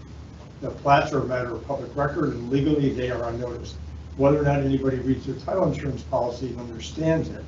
That's what your point is, we know. They are on notice that easement encumbers their property. So they can say, we don't really know about it, and most people take the title policy, throw it in the bank vault, throw it in the safe deposit box. Like don't exist anymore, documents. or throw it in a vault in their house. Like our minutes. So that happens. Yeah. So, number one. Number two, I think it's important that the community understands the district has the right to remove anything that's in the district's like maintenance easement at any time. Correct. Without even being kind enough to say, Mother, may I, or we're gonna give you 2 weeks to do that. I think that's important to sort of set the tone. Another aspect is, 2 other aspects. One, that allowing vegetation remain does not impact the stormwater management system. I think that's an important function. But also, if you reduce the width to 10 feet, my concern is depending upon the slope of the particular bank that's involved, whether or not it's too much of a slope. But we didn't say that. We're not saying that. We're not putting that. I'm just saying. But he's saying I it's don't want to have what's happened. 20 feet. I don't want to happen what's happened in other communities where the person's out there mowing and it flips into the lake and he's got his seatbelt on and gasoline's pouring and he has to get out. And that happened in one of the districts I represent. All right. Okay? So And I don't want that to happen. Because you clearly didn't. Can we have staff come back with a recommendation on the? Well, I can give it to you right now, Yes. very simple. You So were I want doing it, have that. I would like to do it, thank you. So, a couple comments. So, having not been here 20+ years ago, when this landscaping was installed, we might not be having this conversation right now, because Grandmama Lucy's tree that was installed in the backyard, when they installed it, they didn't think it was gonna be as big as it is now. And so now this board is dealing with the repercussions of decisions that were made 20+ years ago. So what you're saying now is essentially you're making the same decision that was 20 plus years ago now. I'm leaving that out there, just as a point to be made. What I see happening and what I've experienced in the past is we come through now, restoration happens, God forbid something, and the tree remains, God forbid something happens in the future and we have to come back through. It's now an uphill battle with that resident, good, bad, or indifferent, that, well, 3 years ago it was saved and now you have to take it out. Why do you have to take it out now? That's an argument, and I just, for the future of this board and staff, that's a fight that they're gonna have to fight. And do you wanna put them in that position now? Regardless of what your policy is, you set the policy, we'll implement it. Do you wanna go back to how it was done? We've talked internally, Daniel and I have talked internally about changing our process, doing the surveying up front and actually staking the LME and getting visuals that way, and notifying residents then. We talked, I know I've talked to Doug Xanter, he said 15 feet is good for most of their ponds over there. Every pond's different. I have a change order for a pond right now that has 5 trees that have to be removed in the 20-foot LME. I have another pond that has a change order that's $70,000 because they went crazy back in the day planting. So if you leave it at the discretion of what I recommend is staff and the engineer as part of the design phase, if there's any question or any qualms, you sit as the final answer no matter what, if there's contention between staff. And that's as the policy is now at 20-foot LME, your exceptions, you have the final answer as it is now. The question is do you want the final answer after the fact, or do you want it up front?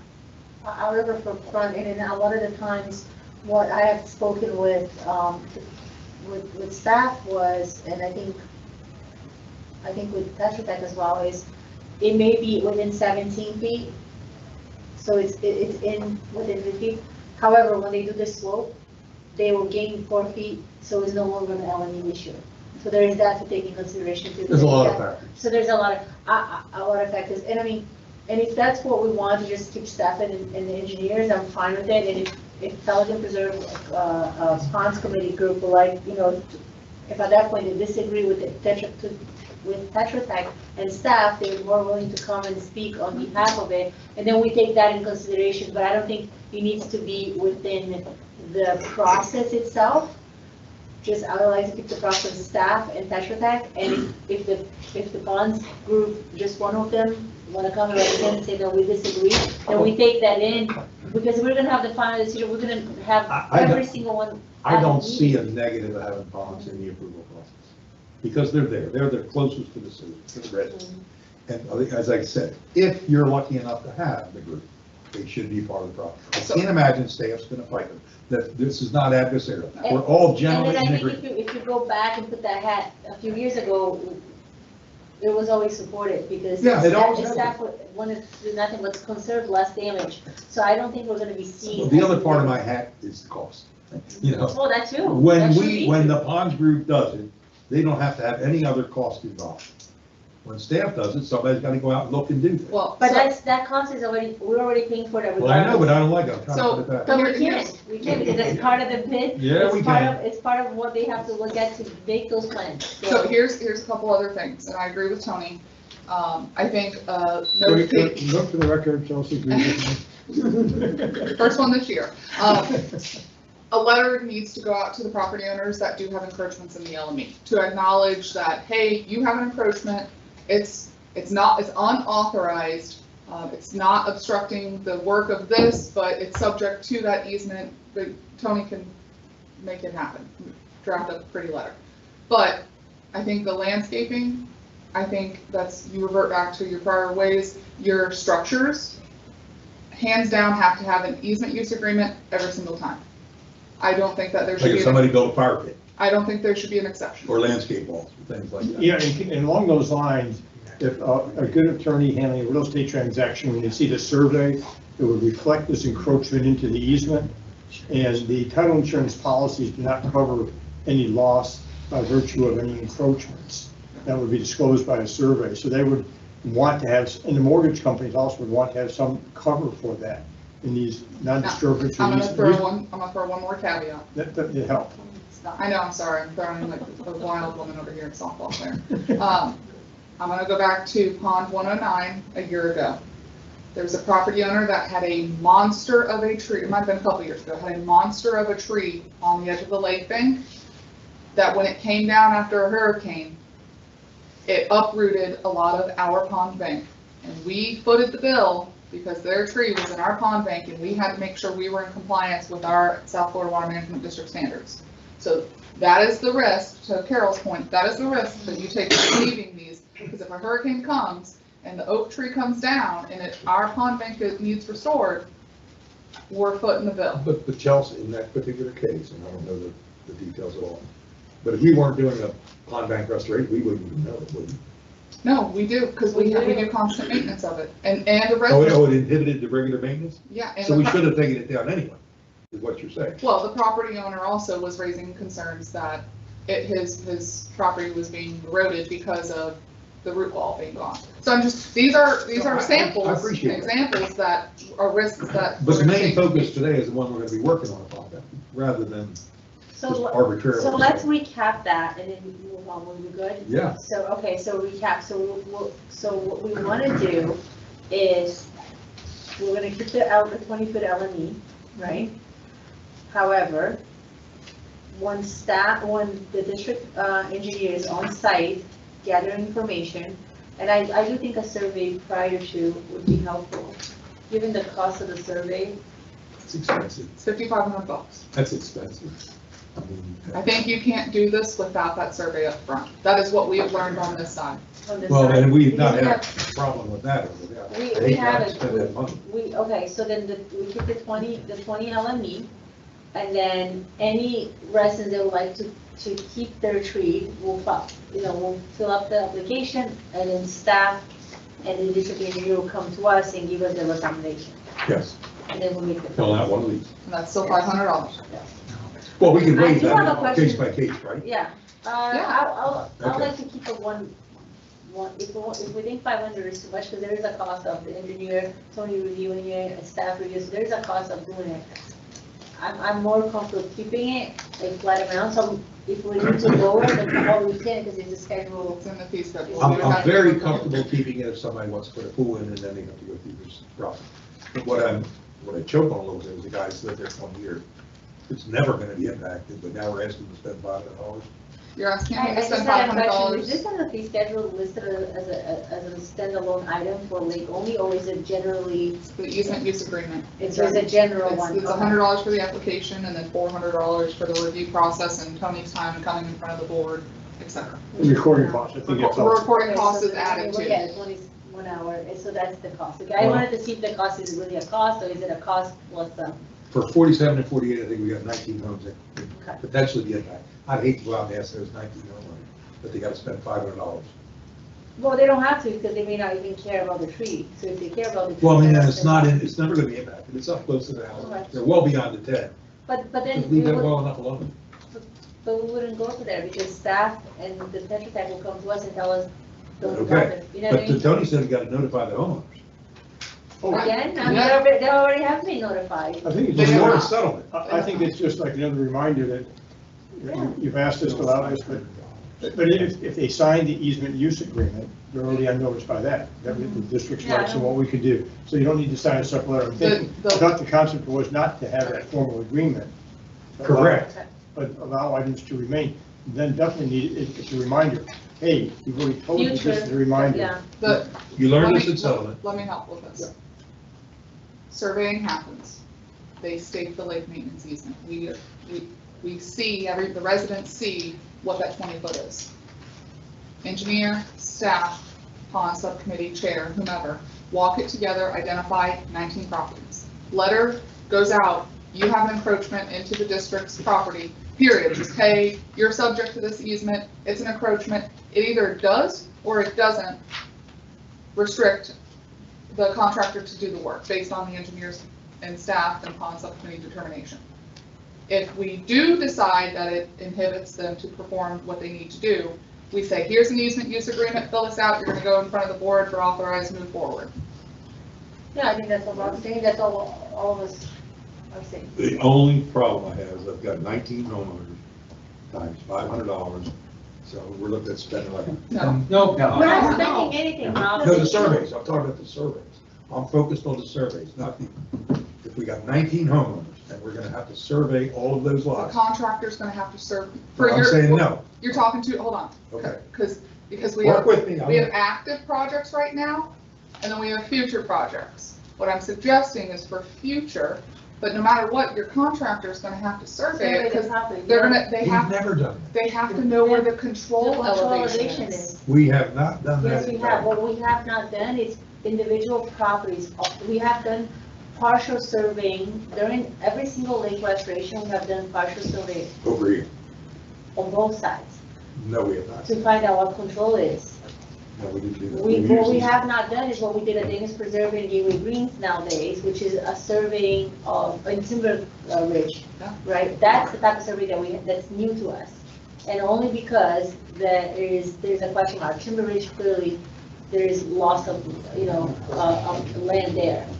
But it is something that's. I can guarantee you we have not surveyed lots. Bob, I don't think you can do this without surveying. Now, we can find a surveyor who's much more reasonably priced than what we've had so far. We can put it out for quotes, we can ask, but I think you have to have the survey. How else are you gonna say where that line is? Because that's the. Well, you heard Mr. Shaw. to your point, we've never said that before. We have taken the edge of the grass. We have done it on Okay, I'm pond gonna ask that you 36. don't. Okay, that's one of the more I'm gonna reasons. ask that Okay. we don't get interrupted. It's a board The meeting. pond 36, okay, so I wasn't involved in it, the one that was involved. But I mean, we have gone, historically, we've gone to the high water mark, and then we've restored it to that, going out of the, that was the way we did it. To my knowledge, we've never gone out to the lot line. Now, I know there's some instances. No, it's where not, that- it's not the lot line. That's not what we're talking about. Well, Because that's what the survey is giving no, us. the LME is within the lot line. Go ahead, Tony. No, I was gonna say that typically it's on the lot, it's towards the rear lot. That's what I'm saying. But if The you've had LME erosion, that lot line moves. No, the lot line doesn't No, move. No. But there's no more dirt there. Now it's underwater. But we still Part of have the the lot LME. is But we underwater. still have the LME. We It's on still lot. have the LME, I'm with that all the time. But in that case, if you lost 4 foot to erosion, your LME is only 15 feet now, the real LME.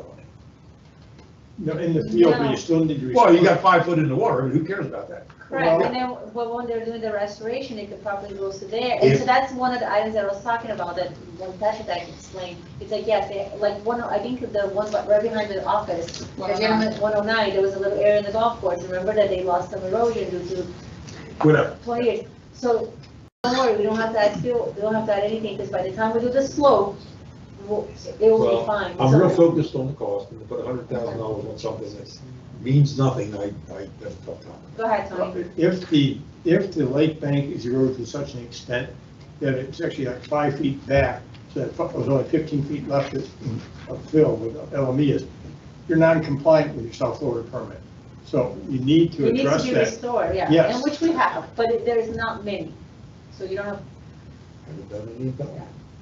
well, because the maintenance of the Because our, department is so very different than and everything ours. else is so much better. Yes. But I'm just trying to recognize that. I don't want to, I'm going to say waste, that it's not a waste. I don't want to spend the money for a survey, it's not required. Well, think of it this way, your residents save $500 a pop by doing the survey. Well, great, I'm spending $5,500 as a board That is, to save them that's one $500. price that we've got. It could be less, depending on what, how big the pond is. Especially when you get a group of them. Okay. But I'm real So focused you're on that clear with the direction from this $195,000. board? I would prefer a motion. That way it's in the record and that you're deviating from the policy that was previously set and adopted. Language, please. That's what I'm not sure what. Oh, give me your finger right here, that's all I No. want. Okay, it's this. Hang on. Yeah, just give me this. It all depends, if it's Don't this want. way, if it's this up, or this up. Well, Yeah, and not to throw a wrench in this, but is this for Here's the ponds that are rubber. not under construction ponds that have not yet started construction? Beginning in 26. Here's what I would suggest. We'll go through the videotape of this meeting, and I'll work with Chelsea to draft a motion that's consistent. Work with me too. It depends on their answer on active projects or future. But no, I understand, but no, at the conclusion of this discussion, so then we bring it back to the board in a written Okay. format, so we don't sit there and, Okay, that's my suggestion. That because sounds of- good. Well, I'm Because, fine with that. because of the nature of this animal. so then as of now, continue as how we are, So if it's under contract, it's 20-foot clear cut LME, new contracts that have yet to be executed, like you have 2 on the docket for later this afternoon, which were bid at a full clear cut. We're gonna Which go is back. fine, we just have a You say reduction. something, But for 47 and 48 specifically, which have not started construction. because there wasn't. We're not going to employ it for those two. They will be waived for this year. After we get a survey. Don't aggravate. 47 and 48, so we don't lose the year. We're compromising. That's the compromise. We 47 open a The survey company, just so survey you is- know, that I saw there's a survey company that Bob's Gephardt, and he's gonna Okay, get. can we have this for the next meeting? Yeah, I was, if Yeah, I but we could, want to get 47 and 48 wrong. We can't keep them kicking them. He's not starting until April. But he's not, yeah. if I could suggest, if we can just have bullet points consensus from the board. Okay, so the bullet points are, Carol's point, we stick with the LME to 20 feet. Then first item is when the contractor is on site, I mean, not the contractor, the staff is on site with the district engineer, they will mark which trees they think is gonna be an issue. Make a recommendation. After survey, after survey. Okay, yeah, after the survey, that they need issue. They must have stock in survey. I think it's absolutely necessary. Okay. And then they will come to the board For the recommendation. for their recommendation. Okay. And then. For all future lakes, Yes. 47, Yes. 48. And if the community has a ponds work group that they're involved in. They'll be able to come and speak. Subcommittee if appropriate. Yeah. Okay. The committee, and I don't want to down Jim or Doug or anybody on the ponds committee work, but they are advisory in nature. Yes, Yeah. they are, yes. Well, So, but they're certainly participating. You wouldn't know we're doing it if they didn't tell you. We will work staff will work together with those folks on bringing together a recommendation. So that way. But you got staff leading the horn here, and they're not. No, they're The not. generation is coming from that work group. Understood. But it's a combination of all 3 Yeah, entities. but then we gotta pay for them to come over when we don't need them. We do need them because the staff works, we already went over this. The volunteer group has no skin in the game. If something doesn't work But right, it PPAC comes on does. us. PPAC does. No, legally they don't. We do. We empower them. I know, but we will be the one writing the check, not them. If you're expecting No, me to no, manage no, this no. district, Well, then staff you're will be not writing involved. the check. Yeah. The check is being written by what they tax their residents through the non-ad valorem. They are writing the check. You're just signing it, but they put the money in the account. Correct. PPAC is the driver. It is not staff. PPAC is making the recommendation that they're gonna fix these 2 ponds next year, not staff. Not talking And about, PPAC is taxing our residents to do that. but I'm not talking about what PPAC is recommending to be fixed. That's not what I'm talking about. That's what this is all about. I'm talking about, we're talking about the process, the bullet points that we need to, that Tony needs to work on. And I want PPAC, as the ponds groups, if a neighborhood has it, to be intimately involved and recognized because they are contributing. Why is this a problem? And did we say that's not happening? Yeah, I never heard anybody say when we're doing, it, all I hear is staff and the engineer. I've yet to hear the I ponds. think we just mentioned subcommittee. He just mentioned, Bob. Subcommittee. Okay. Oh, wait, let's see the bullet points. Okay. Don't denigrate my groups. Is that good enough? You got all? Yes, it is. Did I miss anything? Joe? Clear as mud, yes. Who knows? No, it's fine, I'm fine. And one thing we do need to recognize is that when people put a pool in, I don't know how often that happens here, but there could be, that's gonna be a variance of an existing situation. Somebody puts a pool in, and they go up to their property line with the LME of the property, that's okay. And then if they choose to, No, they don't go into the LME. If they put a pool in, We have up to the We LME, have no skin in the game. right. problem. But if they so choose to take the risk, like Carol's meter box, and put something in there, we're not gonna tell them Tiberia. they can't do it. But they Tiberia. know it's at risk, yes. Like, I'm not gonna ask Tiberia, we've gotta take it out. We shouldn't do that. It's there, it's on his dime. Well, then you need to, then that item will have to come back in front of the board, because you've already, the board Okay, has I already know, said no. that's what I'm trying to do, I don't want it to come back. And what we'll tell that resident is, you put it in there, it's on your dime, and if it's gotta come out at a future time, it comes out. We're not giving you permission to do it. That's what But he the let's city of stick- Fort Myers also told them that they could not put That is correct, landscape but in now there, the city of Fort but Myers they is did on it up. anyway. They did, everybody would do that, Okay, Carol. so, Everybody. No. no, I will. No. Yes, absolutely. You I will won't find a tell you pool ahead that doesn't go up to the line. I will tell you that ahead of time, no, because the county, I'll tell you, one of the counties, the county, you're required to end the pool, I think, 4 feet prior to your property line. So But that's we don't not- have that in ours. Yes, so, I have let's enough finish, for the guts of this, as opposed yes, to the other. you, aspects. let's finish one item, if we're good, here's the further directions, okay. So, This will be an agenda item. for us to make a motion and give Chelsea, clear direction on the next We'll meeting. draft a draft motion Thank for the you. board to consider. And we're moving ahead with 47 and 48. They're not Well, going they back. don't have a to contractor for 48, but yes. What, Okay. So I we're don't wanna already, lose we you. already pulled item E, come on, let's go ahead to 11A. Do you wanna, maybe pull Douglas back, or you wanna take a break, quick 5-minute break? Another break?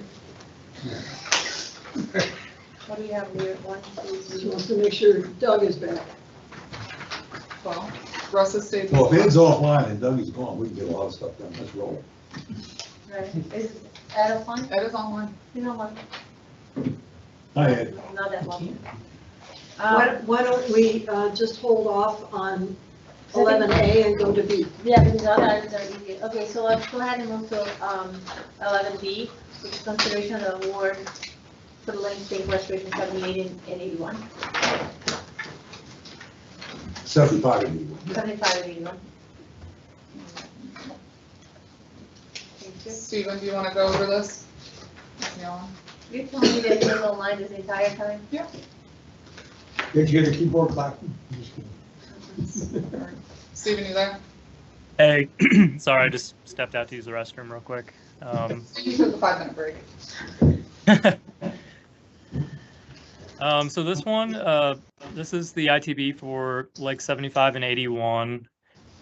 This one came in pretty close to our estimate. This one was 13% higher than our estimate. It seems in line based on the previous bids. It's lower. This is, if everyone forgot, this is the we rebid these 2 sets of lakes. The numbers came in much better, and our recommendation is to move forward and award the contract to Met Tower. And so what is the situation on these 2 lakes? Like the Clearing, with clearing. So with the direction that you just gave, which we'll memorialize at the next meeting, is the engineer and now the contractor and staff will walk it as part of the pre-con and flag, well, after it's surveyed. Right. We'll, I had to get that one in for Bob. We'll walk it and flag any landscaping that needs to be removed as part of construction, and then we'll go from there. And then you get a blessing from, you get a say from the subcommittee, pond committee. No, because these are gateway ponds. Okay. Okay, What do you mean, no, you don't want to come do the work here? No, I don't get it. Will the My letter that question- Tony suggested be sent out then? Yes, as soon as it's drafted. The bid that we rejected was how much for these 2 ponds? Steven, do you have that off the top of your head? 781, 360. Trying to pull it up right now. Bear with me. 781, 360. What are you talking? From the last time? He's asking the The question. bid you that already we given it. rejected because it was too high. Last time? We've only rejected one. That bid that we rejected was 781, 362, and now we're tickled pink with an 887 bid. No, it was higher. Okay, that's why. I wrote them down when we did it.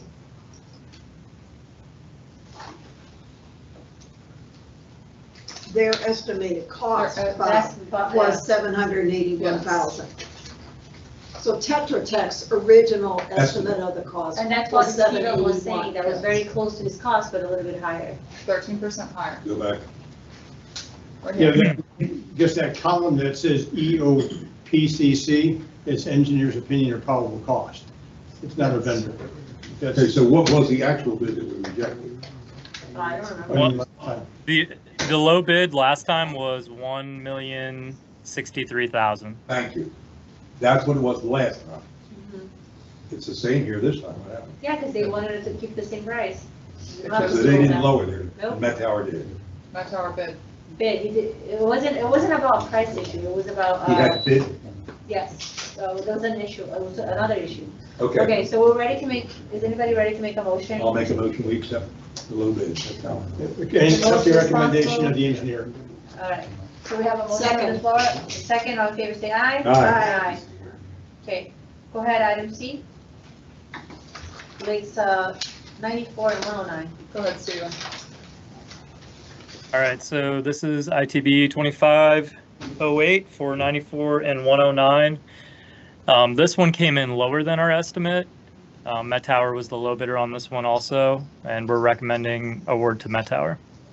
Yeah, your recommended or expected bid was $1,457,000. So this is even lower. So Okay. we really achieved it on this. Okay, so I'll make a recommendation, we accept. Met Tower. Motion to accept the then- engineer's recommendation and award to Met Tower. And then, again, is this the same process? Yes, ma'am. Okay. State surveying, walking it, sending letters, notice, and any encroachments. This one I already sent notice at 109. All four of these, we've already Oh, we'll sent go ahead and do notice. it again, okay. So we have a Okay. motion on the floor, Second. all in favor say aye. Aye.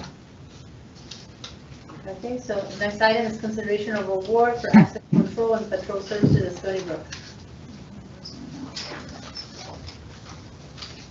So this, the access control services for Stony Brook's Gatehouse and their roving patrol was up for renewal. We put it out to bid. They're currently on a month-to-month contract with Statewide. The selection committee was comprised of their HOA as well as staff. And so the recommendation from the selection advisory committee is to proceed with statewide security enforcement investigations in the not to exceed amount of $366,248, which includes access control and patrol services. Historically, Stony Brook HOA has paid the roving patrol portion out of their HOA. I don't know if we have to stop the meeting now.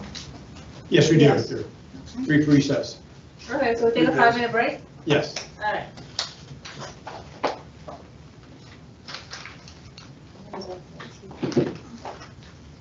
Want tea, Carol? You want some tea? I'm gonna make tea. Chelsea, Want tea? on those last two votes, how did Ed vote?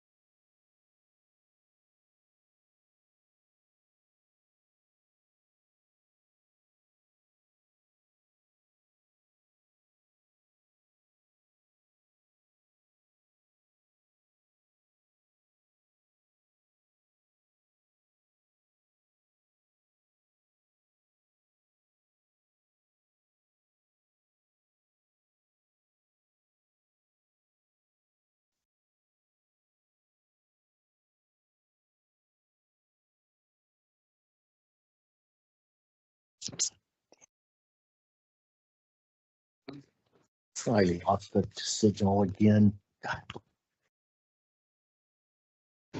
And we're on recess. We'll be back in just a couple minutes. Okay.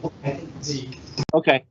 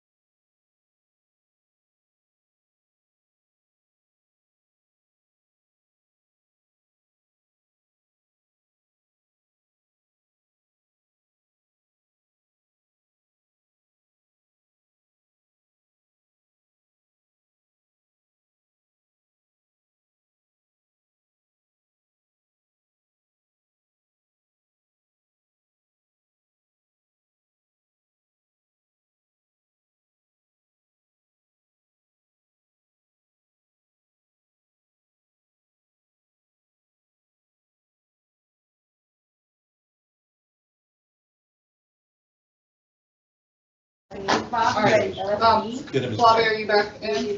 Yes, ma'am. B, C, and D, we can probably just have to reconcile your voters as well, because we had so we have to revisit A. So did they A, leave another D, E, copy and F. here for You you wanna, at the end of the meeting? All right, so it's 4:38, let's the rest of the. No, just B and C.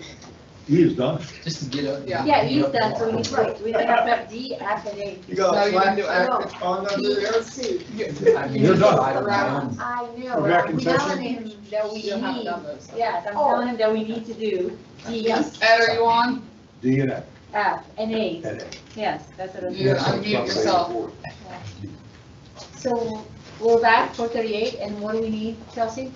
We need to just, Confirm Ed's vote on the last item.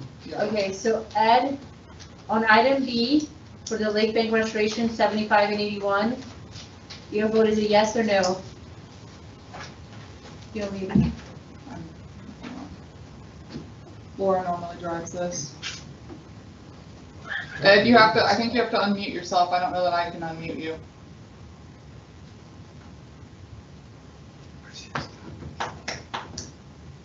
He was just on when you guys were in break. I told him that you guys had a couple more minutes. Ed, are you there?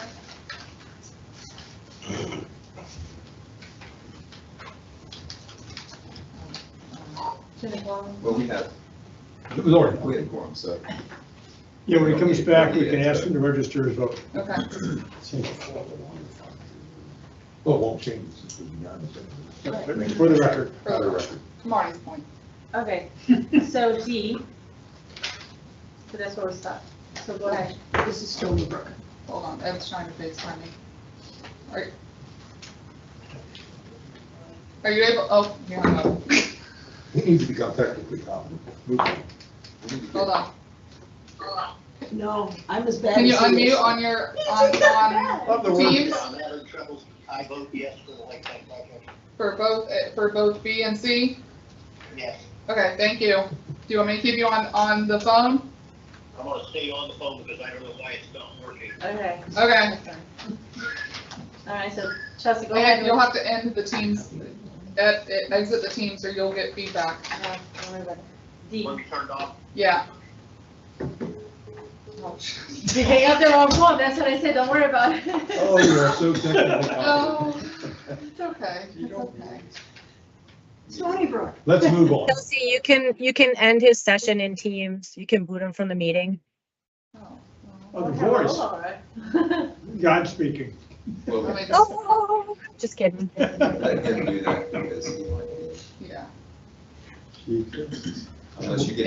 End it on Teams. You can keep on the phone. Chelsea, you can do that for him. All right, hold on. Yeah, I don't know what I'm doing. Remove. Okay. Can you hear me? Okay. So we're moving to Stony Brook Services. Anyway, the contract is for $366,248, which includes roving patrol. What? I'll just go over it. And was this the low bid? I will tell you in 1 second. That's their recommendation, right? Yes. Instead of their Yes, and this is the one that they have right now. Yes. But I'm just saying, is this the low bid? Can you hear me? Yes. Okay. Do I need to Laura, turn the phone off? Laura, can you pull up the cost proposals for this? I believe they were. Yeah, give me a minute. Okay. I believe they were, but I want her to just double check. Because this is the guy that lives in the community. Yes. They had This is some, the one that did not bid the last time as well, right? correct.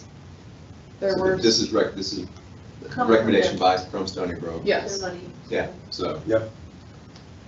I don't see, I motion to approve. And I'll even second it. I don't care what the other one Okay, is. so we have a motion on This the is what they floor, a want. second, Motion by who? motion by Doug, second by Bob. And yes, Work here. There was a man that just came here and took my blood pressure. We have a motion and a second, we'll call for. Aye. Aye. Here. I was testing out a new. But I thought the person who runs this company doesn't he live in Stony Brook or something? Yes, ma'am. He does. Yeah, so that's why I was asking if this was the low bid. Last time I As opposed checked, to awarding a contract to somebody who's It's what my they neighbor. wanted, I'm just supporting what they want. Yep. It was a little bit I think by, specifically for this one, and historically he has been. it was a little bit by like $1,000. Thank you, that's all I wanted to know. Ed, can you just register your vote on that last one, please? You have to unmute yourself again. Say it again. Can you just register your vote on that last one for the Stony Brook Access Control Services? Yay or nay? Yay. Thank you. All right, you want to go back to A? Is that a question? Huh? What's the Let's do way? that. Actually, why don't we do F and then go back to A? Let's get this over with. All right. So this next, let me get that for you on. So this next request is the easement use agreement for Mr. Curtis and Molly Shaw's property on Hidden Links. This pond is contractors anticipating on starting in the next couple weeks. So your 20-foot clear cut that you just discussed, this project is under contract and the contractor is active, so the 20-foot clear cut policy would be enforced. Go back to the picture if you would. Yep, there's some more. I was gonna scroll to the end. Okay. Because he provided some pictures. So he's on pond, I think it's 130. Let me go to the picture so you can see. So he's requested for a handful of landscaping to remain. Yeah, this one too, okay? All right. Okay, so that's the one that I was on site that had some bushes and not everything, okay. So these are, So my question is, does the engineer and staff and the contractor feel that to do the job, they must take this down or can it be worked around? I don't have an answer for that because we weren't looking at that as part of the We still have policy. that second one? What about the rest of the line, No. the other? What we can do is, we can bring this back with a staff recommendation. Again, your policy, according to this, is clear cut. So what we can do is we can go back and look at this and bring this back to you at your next meeting on February 20th. Contractor isn't planning on mobilizing before then. And if he would, I would ask him to hold off on this property on removing any landscaping, if you'd like for us to evaluate that. But the rest of the pond has the 20-foot clear cut. For my question is, looks like there's some additional properties where there's trees and It additional. curves, you see the pond here? I was on site, the only thing that we have here is a really big washout, like a really big one. But they're not. They're not, it's just because the way it curves. Okay. Yeah. So that's kind of an illusion, that they were closer than the easement, closer to the water than. Yes, it's right before the weir, so Okay. it just Okay. really turns. And then I believe this is the one that engineer also applied, one of the last meetings, that by the time, that it's 1 or 2 feet, but by the time they do the slope, it's not gonna be an issue. Okay. Because they had to bring sand in. Because of significant erosion. Because of significant erosion right by Okay. the property over, you know what I mean? I think that's a good no recommendation. brainer for the next meeting.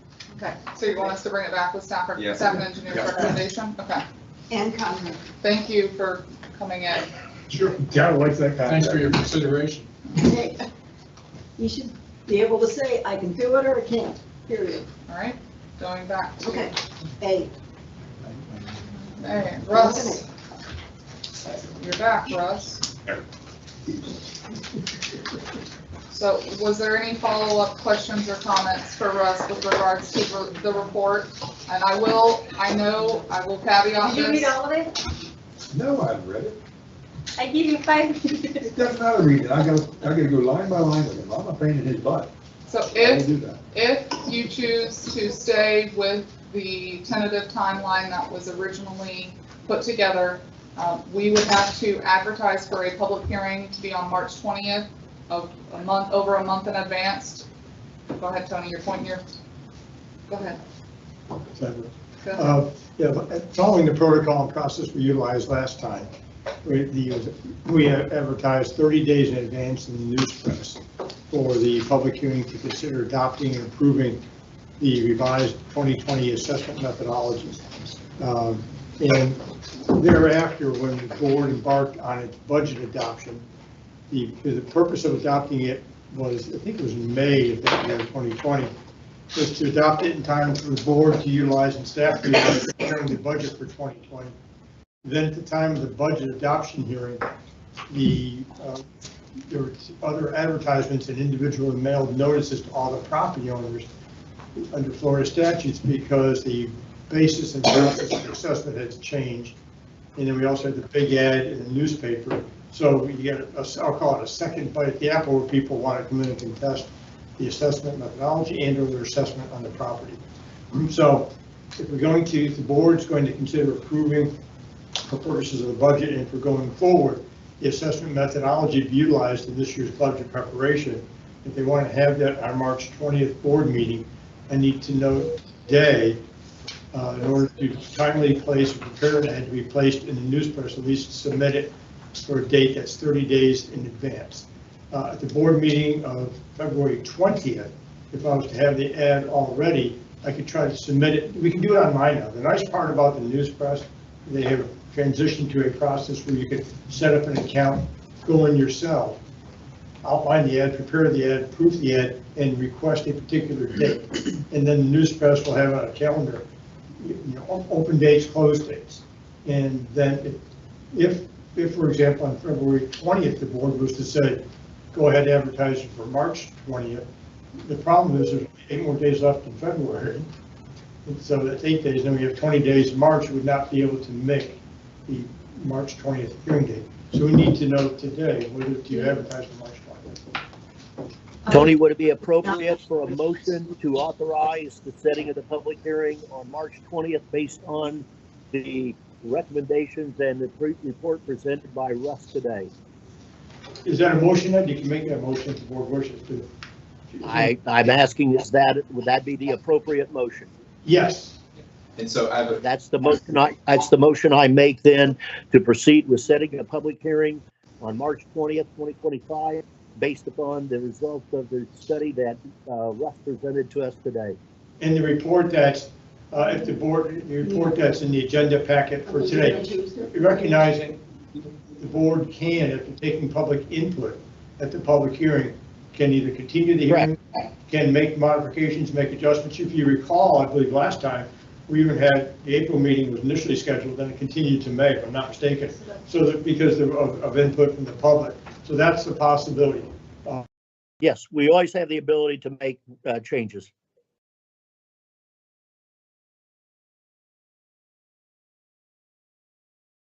You there? What happened? I can still hear you. I can't hear them at all, Okay. though. I don't know what happened.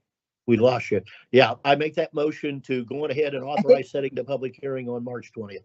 I think they froze because everything on the camera is sitting perfectly still. I have it up on my computer so I can see the boardroom and it's not moving. So I'm wondering if they lost internet. I don't know. Can you hear me? I can hear you and you can hear me, but I'm at home. So, and you're off site. It says we're on hold. Oh, am I talking to Laura? Yeah, you're talking to Laura. Oh, I thought You and I are was having a talking to- conversation. I don't know what's going on. Uh-oh, I just went blank on the screen. Everybody dropped but me and you. Do what? Everybody dropped off the meeting except for me and you. So we'll see what happens. Yeah, this is a pain in the butt. Well, you'll hold on, so hopefully they'll get back in. Yeah, I'm almost out of power too. I definitely want to get Okay, this they're back. motion. I hear. Okay. There's a motion, but not a second. Okay, yeah, but he's back. oh, he's back? We're good? Hold on. It says. Just for recording purposes.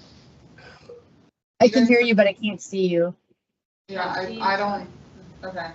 Well, we're recording here locally, not that that means You're anything. not sharing a screen or anything, just so you know. I know, so, hold on. But I say go ahead. Ed said he's running out of juice on his phone, so. So, okay, so we have a motion by. What's the motion? We have a The motion by motion, Ed. if I recall, was, what it is, it's, He's gonna revise. repeating Ed's motion as I underheard it. Okay, was to authorize, set the public hearing for consideration of approving the, adopting the assessment methodology for March 20th and authorizing the placement of the advertising. That's the motion. For sake of clarity, if someone else, that's the motion that's up to my understanding. There's not yet been a second. Yeah, so I'll second for discussion. Here's my position on it. I want to make sure that Bob and Carol have significant time to ask any questions, or if they've got, you know, any, let's say, minor adjustments to the assessment, and they give them time. Now, I think we can do that with 30 days approving this. I think we have time, because again, as Tony stated, we have the public hearing, we'll have public comment, we'll have time to even have further discussion. We can amend if needed. I'm just very cognizant of timeline. But I want to be very clear here. If I want to make sure that Bob and Carol, even though I think Bob's had more questions than Carol, that we're comfortable, because when we go to approve this, we may not all agree 100%, but I think it needs to be a unanimous vote, or at least find a way that we're comfortable with it. If not, I don't want it to be a 3-2 Gateway versus Pelican. I think the optics on it will be terrible. So, will that give you 30 days time to? I would like to wait. I'd like to defer to just one meeting. I don't know what's magic about these dates, but. Because They're all tied to budget. We will start next year's budget discussion. Hello. So I would say, 30 days is, I think you have all the answers that he wants, and then any recommendations that you like to do, you make it at the public hearing to us. Can you hear us? What we need I would like is. to get it. Yes, I can hear you. Okay, perfect. To Doug's point, I would like. My only thing is I don't want to lose time. We made a couple of, we had Russ do a couple of modifications and they didn't go through. I think we're down to what we've got is the best, fair and equitable system methodology we can get, ready to present it to the public. Madam Chair, just for clarification, I think the only approval that's been the motion. It's for the notice. Is setting the public hearing date. Yes. That's all. I think it's premature. Okay, Tony, Yes, ma'am. at the end of that public hearing, could there be a motion to adopt this? Absolutely. And that's the goal, is to. Okay. But there should also be a motion. Adopt with changes. Well, when you say this, I mean the revised assessment methodology. We have a draft before us today. No, the document you have before you will be, it'll be noticed that the board will be considering adopting this revised methodology with a draft date of such and such a date. The public's welcome to make comment. After those public hearings, you'll be taking comment from the public. You can make, the board wishes to, but usual majority vote, make changes and adjustments, corrections, and revisions, and then vote, and if you need to, then continue it to another time and date certain. My concern is that there are members on this board that will just vote that day that this is it, period. And I think that will start an even bigger war than the war that's already festering at the moment. What I would like to see, Carol, is if there are areas of concern, and let's speak very clearly, it's for Pelican, because that's where, that's where most of the issues of, I don't know if I call them issues, but conversations lie. Well, yeah, because everyone's impacted. Well, I think everyone's, okay. Yes. I think we've gone through an arduous process to get here. If there are items that there's still points of contention or options from a Pelican perspective, that you will be prepared during the public hearing to say, hey, we have 3 items that we'd like to address to the board. It is percentages here, under this, under that, so we can have a conversation on, is it valid?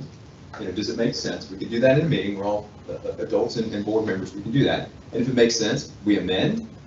if there are some items that maybe we need to potentially look at, we could extend the meeting to, to the next week or whatever. But what I'd like to see happen is us put this in motion, because we do have timelines that we're trying to back into.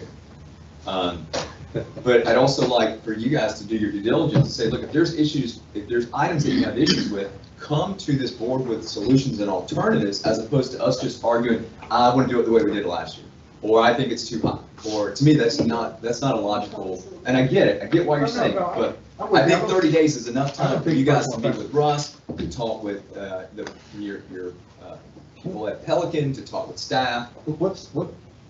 What is the negative of delaying it to? Budget. Budget because of what? Because of next year we have a timeline. Because Laura starts the budget. Remember how we have that schedule in November or October when we went through it? Like we had a very little. Is it more important for us to meet a budget deadline or to try and do this cooperative? Would you need, how much more time than 30 days?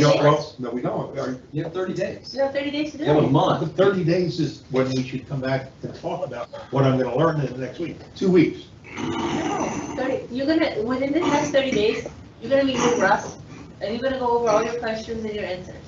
Right? And then I'd like to bring them back here. And then you're gonna come in, we resolve what it. Doug is asking is when you bring with items that you don't agree with on, just say, I don't agree with this, here's a solution specific how you like to be done, so then we know. I don't think I necessarily want to know the ins and outs, but I don't know. We can have in-depth conversation at the public hearing. That's fine. We can stay for 3 hours if we need to hash through this in order for everyone to be comfortable. Well, And I will said. I will agree to stay as long as we need to. For instance, today, did it truly make sense to you that one golf course is paying 3 times as much as another golf course? Just common sense. I But need when to Russ know said- No. I need to why know should what it are be- the, what. I no, don't- Let me answer the but question. No, but Russ because is not I offering us another solution. No, because I Well, asked him to give us okay. what he used as a balance. What are the items? I asked for him to give me that. Okay. So that's what he's gonna provide to me. In 2 weeks. Whatever one he provided, an email next, he has it, he did the work, so he can just provide it to me in a day or two. And Was then my motion seconded? I don't understand. So if we miss the budget, big deal, we'll do it the following year. I don't think that's gonna happen. I want to get it done in the 26th year also. But I mean, that seems like we gotta get there no matter what happens. I don't agree with Well, I that. mean, was my motion seconded? So we have a motion, yes, we do have a motion. Methodology that you could use for the golf courses so that we could understand why there is this huge difference between what one pays and the other pays. Let me show you both of them, how they were calculated. Budgets drive it, a lot of things drive it. I'll put them side by side, so you'll see why they came out to what they came out to be. Is there anything else? What about silos? I already did the silos. It's on the memo. We reviewed it today. We went, we spent an hour going through the silo. You asked for silos dollars, right? How many different You asked for silos? Is there dollars. any You wanted way it we can separated, do they were this separated, guys. compared to this? That's what I did in the Do your summer. due diligence. I'm not comfortable that I understand it yet. Thank you. That's fine. So, but you have 30 days. I will. Okay. So, So you have 30 days to get comfortable. We're Okay. good. Carol, we've been working on this for months. can Yeah, right. I help? Yes, sure, try. Okay, so Bob raised the concern of the golf course. Russ just told you he's gonna get you that side by side. Carol's asked for the silos. Maybe Russ can take some time to explain the silos. He's done that math for you. If anybody else has a question? What else? That's it. Can Russ That make is this, it. can Basin Russ, 6. can Russ make this available for any board? I'm about ready to run out of juice. I want to call the vote for this. Okay. The fact that the difference of keeping all of it in Pelican and as opposed to moving that tree line stuff over to And administrative, its which impact goes on over commercial. everything. And that may be in here, and that's what I'll, That's in there. That's what I want to be Okay. clear. I will go back on my word. So there's one new thing that Russ has to bring to you, and then he has to explain the memo that was submitted as part of the package that was already previously requested. I believe Mr. Tinkle is asked to call for a vote because he's losing power to his phone. So we have a motion and we have a second, and then again, just within 30 days. we have to be able to make the decision, amend or approve at that time of the public hearing. Motion on the floor, a second. I'm going to call for a vote. All in favor, say aye. Aye. Aye. Opposed. Opposed. Okay. 3-2. Back to the 3-2. Thank you. One discussion point, if anticipating another large attendance, we can find a forum for Not it, but not the there, high not there. school. We'll try to find a church. The church has always been pretty good. We'll try the church, the gateway church. The one by Eagle Point? Yes. Yeah, try that's that been, that's been very helpful and useful in the past, one. All right. for the public hearing. Okay. And Did now- Ed drop? What? Did his battery drop? I I mean, can't see anything on my I would side. tell 'cause Carol and Bob this, if we get to that meeting and there are points that are valid that we need to look at, I will not vote for this thing to go through. We're not trying to strong on this thing, but what we're asking for is, Doug, okay. I hear the words, but that's not what I see the board doing.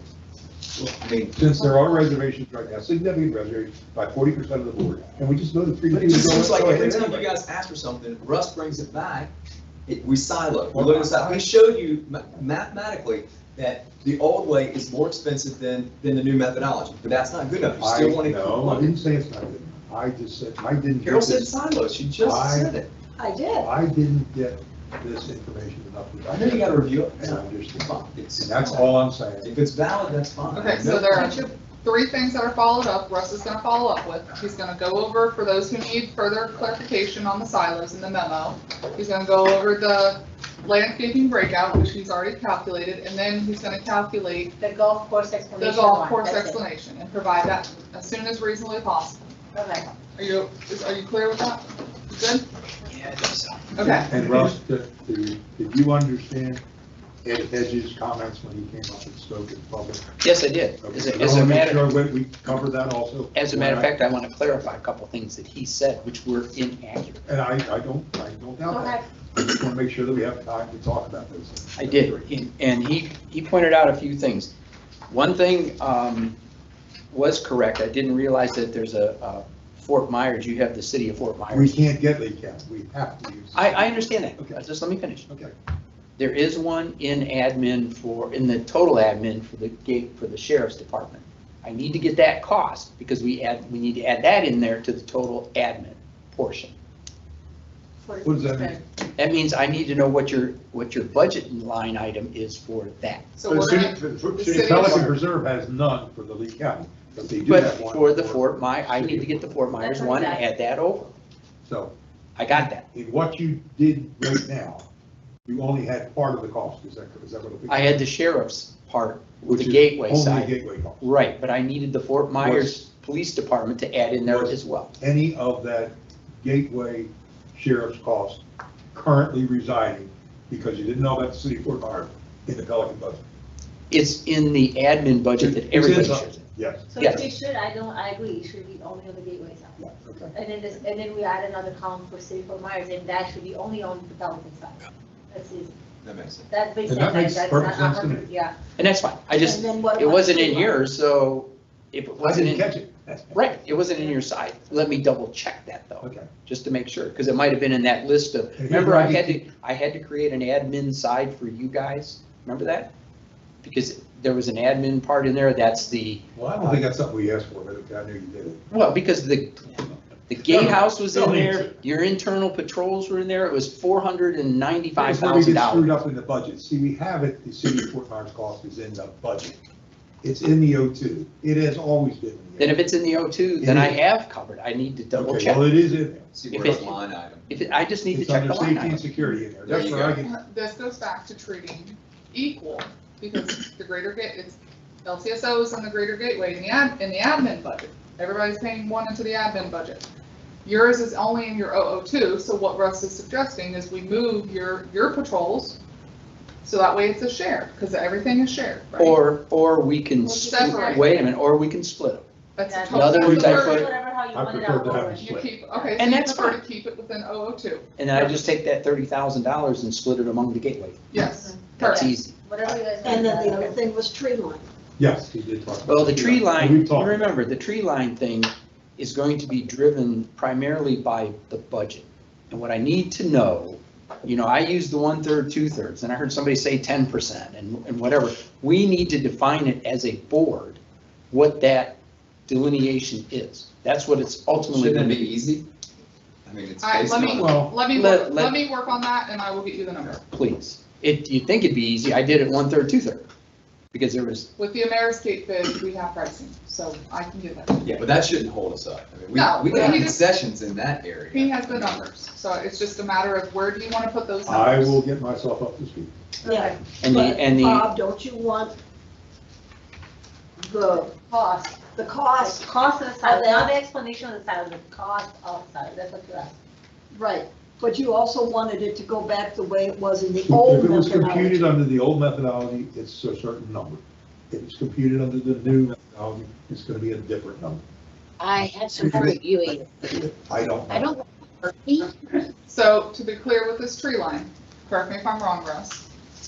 Tree line was treated just like Gateway Boulevard and Griffin, where everybody pays the common number, correct? Now, Under new, No. under new. under new, right. under the new, I split it, Two-thirds, one-third. I split it 2/3, 1/3. Okay. I'm listening. And 1/3 went to Pelican Reserve and 2/3 went to Gateway. Okay, so your And that, desire. now, wait a minute, let me finish. The landscape, remember you asked me to pull the landscape Yep, off keep the it road? separate And side. we found out that it was gonna be more expensive if you separated it. And that's because we were measuring on a 1-to-1 versus trip generation. Got that? You understand that? And if they want it siloed, Then We still may want, Yeah, I'm not if you saying- want it siloed, I'm you not want saying it that we go to the more, silo, it's always been a more. positive cost. I don't know what's good. I'm trying to understand that. So I guess what I'm actually frustrated now. So what I'm hearing from you is that you had the conversation, you explained dollars to the Bob. There will be more by silos, by the memo or by a. By the memo, not by dollar. But, okay, and then, so what you need is no memos, you need a conversation, which I. Every time Russ answers or writes one of these position papers, I sit down and we have an hours-long conversation. And I ask about every item and he tells me what it is. I take copious notes and I understand it. And when I get to the end, I haven't disagreed with it, I have to do it. However, we have consistently asked, the Pelican reps have consistently asked to keep things separate and to keep admin separate for analysis. That's what I want to look at. I've not gotten that. Now, I may have it in this, so we'll wait and see. All right. And I think that the fact that Basin 6 is a little different, as far as, I don't know how it's gonna affect the water or not, but it might, and if it does, Well, that one we need to talk about because I need to know what the budget is for Basin 6 and, assess that to those particular parcels. That's another whole layer of analysis. And, let me finish, because he said, there were a couple other things he had said. He said the Parks and Rec and salaries and wages were in the admin, and they were not. We specifically kept them out. I So remember that. he was inaccurate in that part of it. And then, should the, well, can I ask you a question about the ordinance, Robert, about Parks and Rec? In the 15 and the 1 and all. Are we talking about capital expenses, or are we talking about operational? For what, I'm sorry? for Parks and Rec, that's operational. We're on the hook for now. All operational. 1.15. Operations only, because Operations capital is already being done on our side. No, if we have new capital, like if we need a vehicle, that would be part of. But he's asking about the Parks building, and you're Rec. asking about the building and that. Well, I'm really just talking Parks and Rec, Yeah, in general. just that one item. When we are talking, it's a little unclear to me whether we're approving money for the distribution, as we've said, of 1.0 for residents here and a 0.15 for residents of Pelican.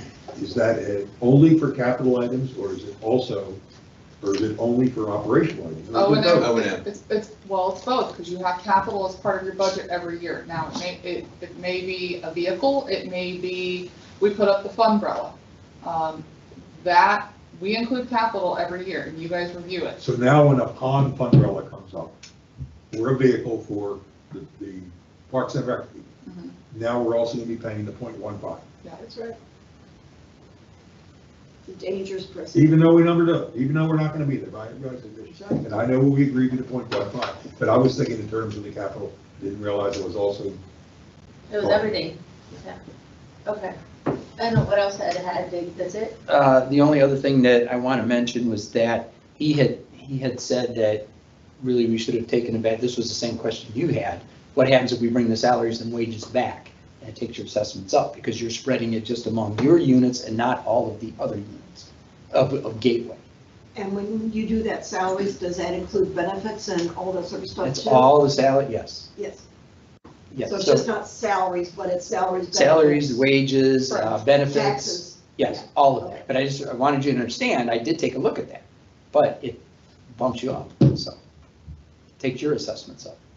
If you leave them over here, then the way I had presented it, made it better. And that was it. I just wanted to clarify what he had said. We do or do not have a, what was that thing we had at 2 o'clock? Workshop. Workshop at the Right next now, we meeting, do not. and we can't have one? Yeah, you can. We just don't have it on the schedule. We'd have to advertise for it, which isn't a big deal. You guys haven't chosen to have a workshop yet. We historically said it's first reading. Yeah, No, but I think you're asking to price a public hearing, right? Yeah, you want to have a workshop so we can Yeah. discuss? It's I no don't have a with problem with that. that either. No, Yeah. if we want to Let's do set a that. workshop, and if you've got Okay, could we items have to a address, Yeah, yeah. yeah, absolutely. Before the next Yeah. meeting, February Yeah. so 10th. that we could talk about all these things again? Yeah. Yeah, okay. I'm looking now, that's blue. Something we all love. I'm assuming you want Russ here? Yes. Okay. Russ, hope you're available on 20th, I'll have to move some of my other districts, but I'll do that. 2 PM. Correct? 2 PM? Just to be clear? All right. Anything else for Russ? No? Great. Moving on. District manager items, Well, I don't have anything else for Russ right now. okay. Moving on to district manager items, Sylvia, you ready? District manager, yes. Okay. Do you Just, mean future agenda items? No. no, we did. 12. We're on 12. Okay. I signed the contract the other day for the groundbreaking ceremony. OAK will be coordinating that. I have a couple dates that I want to pick your brain on. I want to make sure that you're available. Is this for the admin building? This, and the park, yes. Okay. Thank you, Russ. Thank you, Russ. I still love you, Russ. Okay. I have 4, well, really 2, because I want to start sooner than later, because I'm hoping that we'll have the permit in Okay, give us the dates. February 25th or March 4th.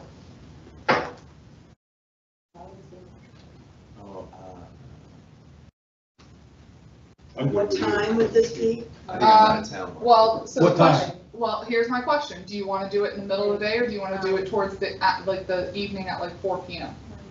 Okay, February 24th is a Monday, 25th, February 25th. 25th. If we do I it. could not do it till the afternoon. Late afternoon, Late afternoon. 5 o'clock. It gets dark out. Yeah, I know, It's safety and people 34. walking. Okay, so either the 25th or March 4th. You tell me which is your preference. I can't do the 4th. Okay, so the 25th at 4 PM. No, I can't do it. Wait, hold on. I can do it in the morning. 4th is what, Monday? No. 24th, Tuesday, Tuesday. Monday. Oh, I can, Well- 25th is Tuesday. I can do can't do Tuesday. it I in, can, I can't I'm do it back. in the morning because that's John's presentation. Okay, so the February 25th at 4 PM. Yes? I can be- 4:30? Push it as late Four. as you can, I'm trying to Four. get there. I can do 4. You don't want me there. I do. What time does it get dark? That's not gonna work, you know that. 6 o'clock. Oh, no. That .15 is gonna be .18, and he's going to be there for 4:30. February Oh. 25th. It's not gonna be that long, 4:30. Well, but I'm playing tennis and I got a tennis. Oh my God, here, Hey, Rob, my time's double after 4 o'clock. Yeah, your salary, don't say it, you get out of here. Why don't we, what's wrong with the 27th? The 27th. 27th is a Thursday. Yeah, let's do that. 4 o'clock. Why do we pick those two? Yeah, why Tuesday? I don't know, I told Randy to pick some dates, and those were, I thought, well. I'm fine. Thursday, Fridays are good for me for any time you want to do it. 27, I'm fine with the 27. 27th at 4? Yeah. Yeah. We're gonna 27th, have happy hour at the brewery. perfect. There you go. 27th, There. Doug's buying. 27th at 4, Groundbreaking. groundbreaking. We will have formal invites and everything going out. That's all I have. Are you gonna give them medallions like the school did? You're gonna get a shovel, and you're gonna get a hard hat, and you're gonna be told to dig. No knife? For Oh. Bob's edification, sunset on February 27th, there's 6:21 PM. We got plenty of time. You got, people gotta come, we gotta be situated, and they gotta leave, Traffic. we gotta drive, traffic. We can have open bar. You bring it. Bring the water. I'll bring it, cool. All right, I don't think at a government That's all I event have. you can have. you can, we'll just get the Rotary Club and have to schedule that part. Do you have architectural renderings of the building? Yes, Color? yes. Give me a holler. Are we hearing collectively very much from our residents, whether they approve what we've done or not? I've had about 3 different people stop in asking when the pickleball courts, when are they gonna be done? For same reason, and in mine are, actually, they're doing I guess a gateway greens, they pay for it, and they've been asking, they're like, well, we don't wanna pay for it there, we wanna do it over here. Pickleball is the only thing So that. people are aware of what we're doing. Yeah, they're I asking, just don't get a like, sense that, Yeah. I'm glad, that's good. All of my friends wish we would have done it 10 years ago, because all of our kids are now in college. Except for me, I still have. He'll get used to it, working it. I mean, I'm not seeing Polka, I'm not seeing Feinberg, I'm not seeing Rod Senior. I mean, it's like everybody, oh, okay, it's a good idea now. Yeah. Okay. All right. what Nothing else. Nothing else? Okay.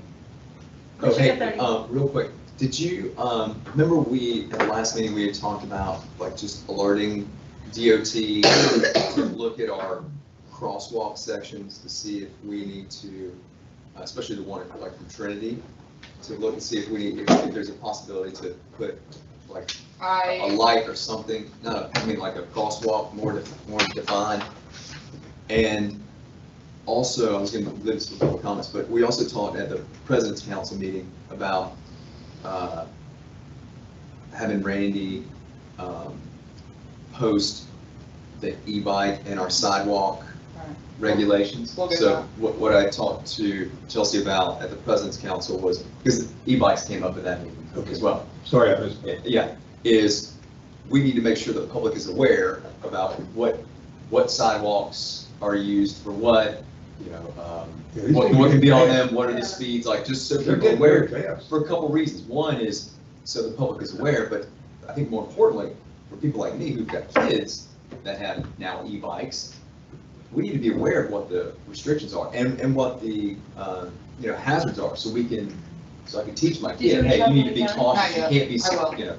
I will. Are they allowed on sidewalks? Yeah. They are. Within a certain, yeah. So Some I of had those things do to 30 ask miles an Chelsea hour, and they're quiet. I had to ask Chelsea to reach out to the county sheriff's office because I don't think we're gonna like what we're gonna hear. And I don't necessarily want it to come from staff, I want it to Yeah. come from the county. Yeah. Because they're e-bikes, but they're also manual. There is no restriction. They. This it's is, a this is the free-for-all. tip of an iceberg that's going to come. It needs to have a change, but that's why I say partner with the county, have them read the memo, would just be the messenger of the memo. Yeah. Because they can, there's some reasonable and common sense things that we can alert them to do, but there is. And Is that right? if Lee County has recommendations on maybe if there is signs out, I know kids probably won't pay any attention to it, but, if there's some recommended Not signage only to kids, put up. we got a lot of e-bikes in Pelican with a bunch of seniors on it. Yeah, but I'm telling you, Telling the people, kids is where a lot of the concerns have been because they haul ass down the Well, I trust the sidewalk kids. without a whole lot of I consideration. trust the kids more than the seniors. I will reach out to the county on both It seems reports. like the electric part empowers them Oh, to yes. go faster. Is that fun? Yes. Posters like that. I'll reach out regarding the crosswalks and then getting some material to share to educate our residents. Yeah, hopefully that they have something like Charlotte County has, the whole matrix. Oh, that would be awesome. Yeah, it's, know the difference between electric bikes and talks about description, max assisted speed, do I need a license, need to register? And say that to Chelsea. Yeah, this is happening. And I'm even talking like, To I get mean, an idea. Randy, I would like This to is have from him. Charlotte County. Yeah. I agree that I'd like stuff to needs have to come from that. Lee County, but for Randy, I'd love him to post like sidewalk etiquette, just Yeah, that's what I'm some saying. simple common stuff, sense, yeah. because all the communities want it as well. Yeah, I'm sure that Lee County has something comparable we can distribute. Yeah, They we'll have. get it. Okay. Well, City of Fort All right. Myers. While we're on that topic, what about the speed bumps? Okay, so let's go with district attorney I like for that his idea. comment, and then we'll go to supervisor comments, because I feel like this is supervisor comments. Okay, So all right. we Okay, got something else that we want to Tony to, go ahead, Tony. yes. Just sent that off to you. Yeah, just briefly address or discuss, there's a lot to address, but there's 2 communications from representatives of Pelican Reserve, PPAC, with regards to various topics. Not PPAC, no, PPCA. the PPCA, excuse me, Public Reserve Community Sorry. Association. And they blend together. They are in a sense intertwined, although they came as two separate documents the same day though, and I don't believe in coincidences. So I believe they are related. Now, let me just address the shorter document first. That's the one on top. That's a letter from Jennifer Polinsky, the partner in the law firm that's been retained by PPCA to, as they say, with regards to the district adopting a new operation and maintenance assessment methodology. First of all, I want to address one comment made in there. I very much disagree, although some board members may disagree with me. They say it is being adopted on an expedited schedule in March. Again, I think the time frame is comparable to the time frame that was utilized back in 2020, although that first public hearing was set for April, and it ultimately got adopted in May. So I, on behalf of the board, I take issue with that from a legal perspective. I agree with that. Well, I understand. I feel very much it's been on that. I understand. These are my comments to her letter from a legal perspective. And then with regards to the opportunity to meet with district staff, the assessment methodology consultant, a member of the district's board, to hear and discuss the proposed methodology and PPCA's objections and concerns with the same. Quite frankly, we've had a number of workshops and public hearings over the last few months. We've done plenty of, again, it's board, these are all board policy decisions. But from my perspective, the board has been, it provided a number of opportunities for that to be discussed. And again, I'm not the decision maker. The chair would not be, Chelsea would not be, the assessment methodology consultant would not be. If they want, I would suggest the information that they have, they come to the board as a whole, if they have anything. And it says, the information provided to the public in advance of the hearing has been lacking detail. My client is, and it sounds like pre-litigation posturing. People can disagree with that, but that's what it appears. My client is very interested in better understanding the benefit allocation proposed by the district. And the board's had very, I'll call it robust conversations, communications, including today, where the board was asking good questions of Russ, and Russ was responding if the board or board members were not comfortable, and the board directed further actions be taken to have the public and the board fully understand whether they can disagree or not with the proposed methodology, to fully understand the process, the bases, and all those matters. So, Tony, and it can says, I chime in real quick? This is the first request that I've had to meet with myself and or anybody else. So it's been documentation requests. It's never been, hey, can we sit down and can we go over this? This is the first formal request I've received. It's the hope that the district and PPCA may come to a mutual understanding and agreement on the application of benefit. Well, I guess the question is, my understanding is they've retained an expert to review and maybe make it some. I suggest a better course would be to provide the district with that, preferably in advance of the public hearing. And the consultant can come and make comments, the board can digest that, the board can say, gee, thank you for these are great ideas, and we need to address it and do it back and forth. As I mentioned before, it's set for March 20th, the board may wish to adopt it that day, the board may wish to consider revisions to it and continue to date and time certain and advertise with another date to consider revisions or adjustments. But again, they propose a meeting be scheduled in the next 2 weeks, which would be by February 14th. And again, without them having presented to us, I'll call it a detailed analysis on their part by them or their consultant, I don't see the benefit of that, quite frankly. Well, Tony, that's just my opinion. I value your opinion. I don't have my Pelican hat on for a change. But how could they? So he does. No, I'm kidding. I'm serious stuff. How could they have opined on it when we haven't even approved anything yet? But they make public though. Yeah. I'm sorry? It's been made public. No. Every workshop, every. Yeah, but they're all components. We haven't set a course yet. That's all I'm saying. Well, so if I may make a comment on that. You have today. Well, no, but if I can make. No, but you guys did by voting to have a public hearing, because the report is now the thing that's going to go in before the public hearing.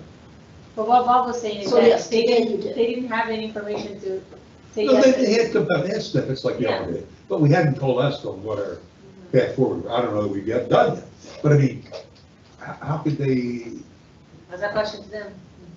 well, that's right. Go I was ahead, just looking for their If I may, perspective. from my experience representing people in front of boards, planning boards, planning commissions, county commissions, city councils, on, I'll say, land development code amendments or actions to be taken on a comprehensive project, those projects a lot of times will evolve in the same way. A draft will be out there for the public to review. And then you can make comment. The best way to, in my humble opinion, is to be involved at the outset in appearing at those public meetings to make comments to the decision makers so as they craft the document that they're going to advertise finally for public hearing and adoption, has had their full opportunity for those advisory board, for the boards, the decision makers to see as they go along. And so again, that's why I take issue. I didn't hear what I hear what Carol and Bob were saying, but again, if you wait, my experience is if you wait until the last minute to review a particular zoning document, land development code, project by a governmental body, we'll say, where were you 6 months ago when we started this process? We would have appreciated your input at that time. They worked with it. The very first adoption to reject Rule 6, I believe they came and spoke. No, but I'm saying, they're saying that they didn't really have anything for their consultant to review. I disagree. I think that a lot of the premise. I know they went and tried to hire their own, and that didn't work out either. Well, I get the sense that they have. Yeah, they have. Fish pond. Fish pond. Did they hire? That's right, because they came to say, that we joined, okay. So we knew that they were doing it, and they're watching it. Hank's a very smart man. And so, anyways, I just, it's ultimately a board decision, but and. So do we want to pause there and address that issue first before we move on to the next Yes. document? So- Well, they're in a sense intertwined. What Let me just what say are you- before we- Understood. What are you asking us? Well, that's what they're asking. Let me back up. Yeah, they are intertwined. The reason I say they're intertwined because although the next one come out the same Well, don't go day. to the next one, if we can just stay on this one. Well, no, they're intertwined. If I can tell you how I believe they're intertwined, which I think helps make a decision what to do here, is when they're talking about giving the timing of the work on the methodology, PPCA rights to express its interest in owning and operating certain improvements in infrastructure.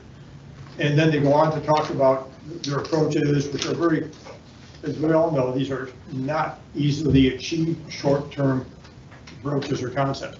Then they go into the stormwater ponds and they talk about they want to be exempt from certain assessments as to the stormwater ponds outside of Pelican Reserve. Then they go on to the assessment methodology and they say, PPCA requests to see these methodology consultant determine the financial impact if all these assets were transferred at the request, have been transferred.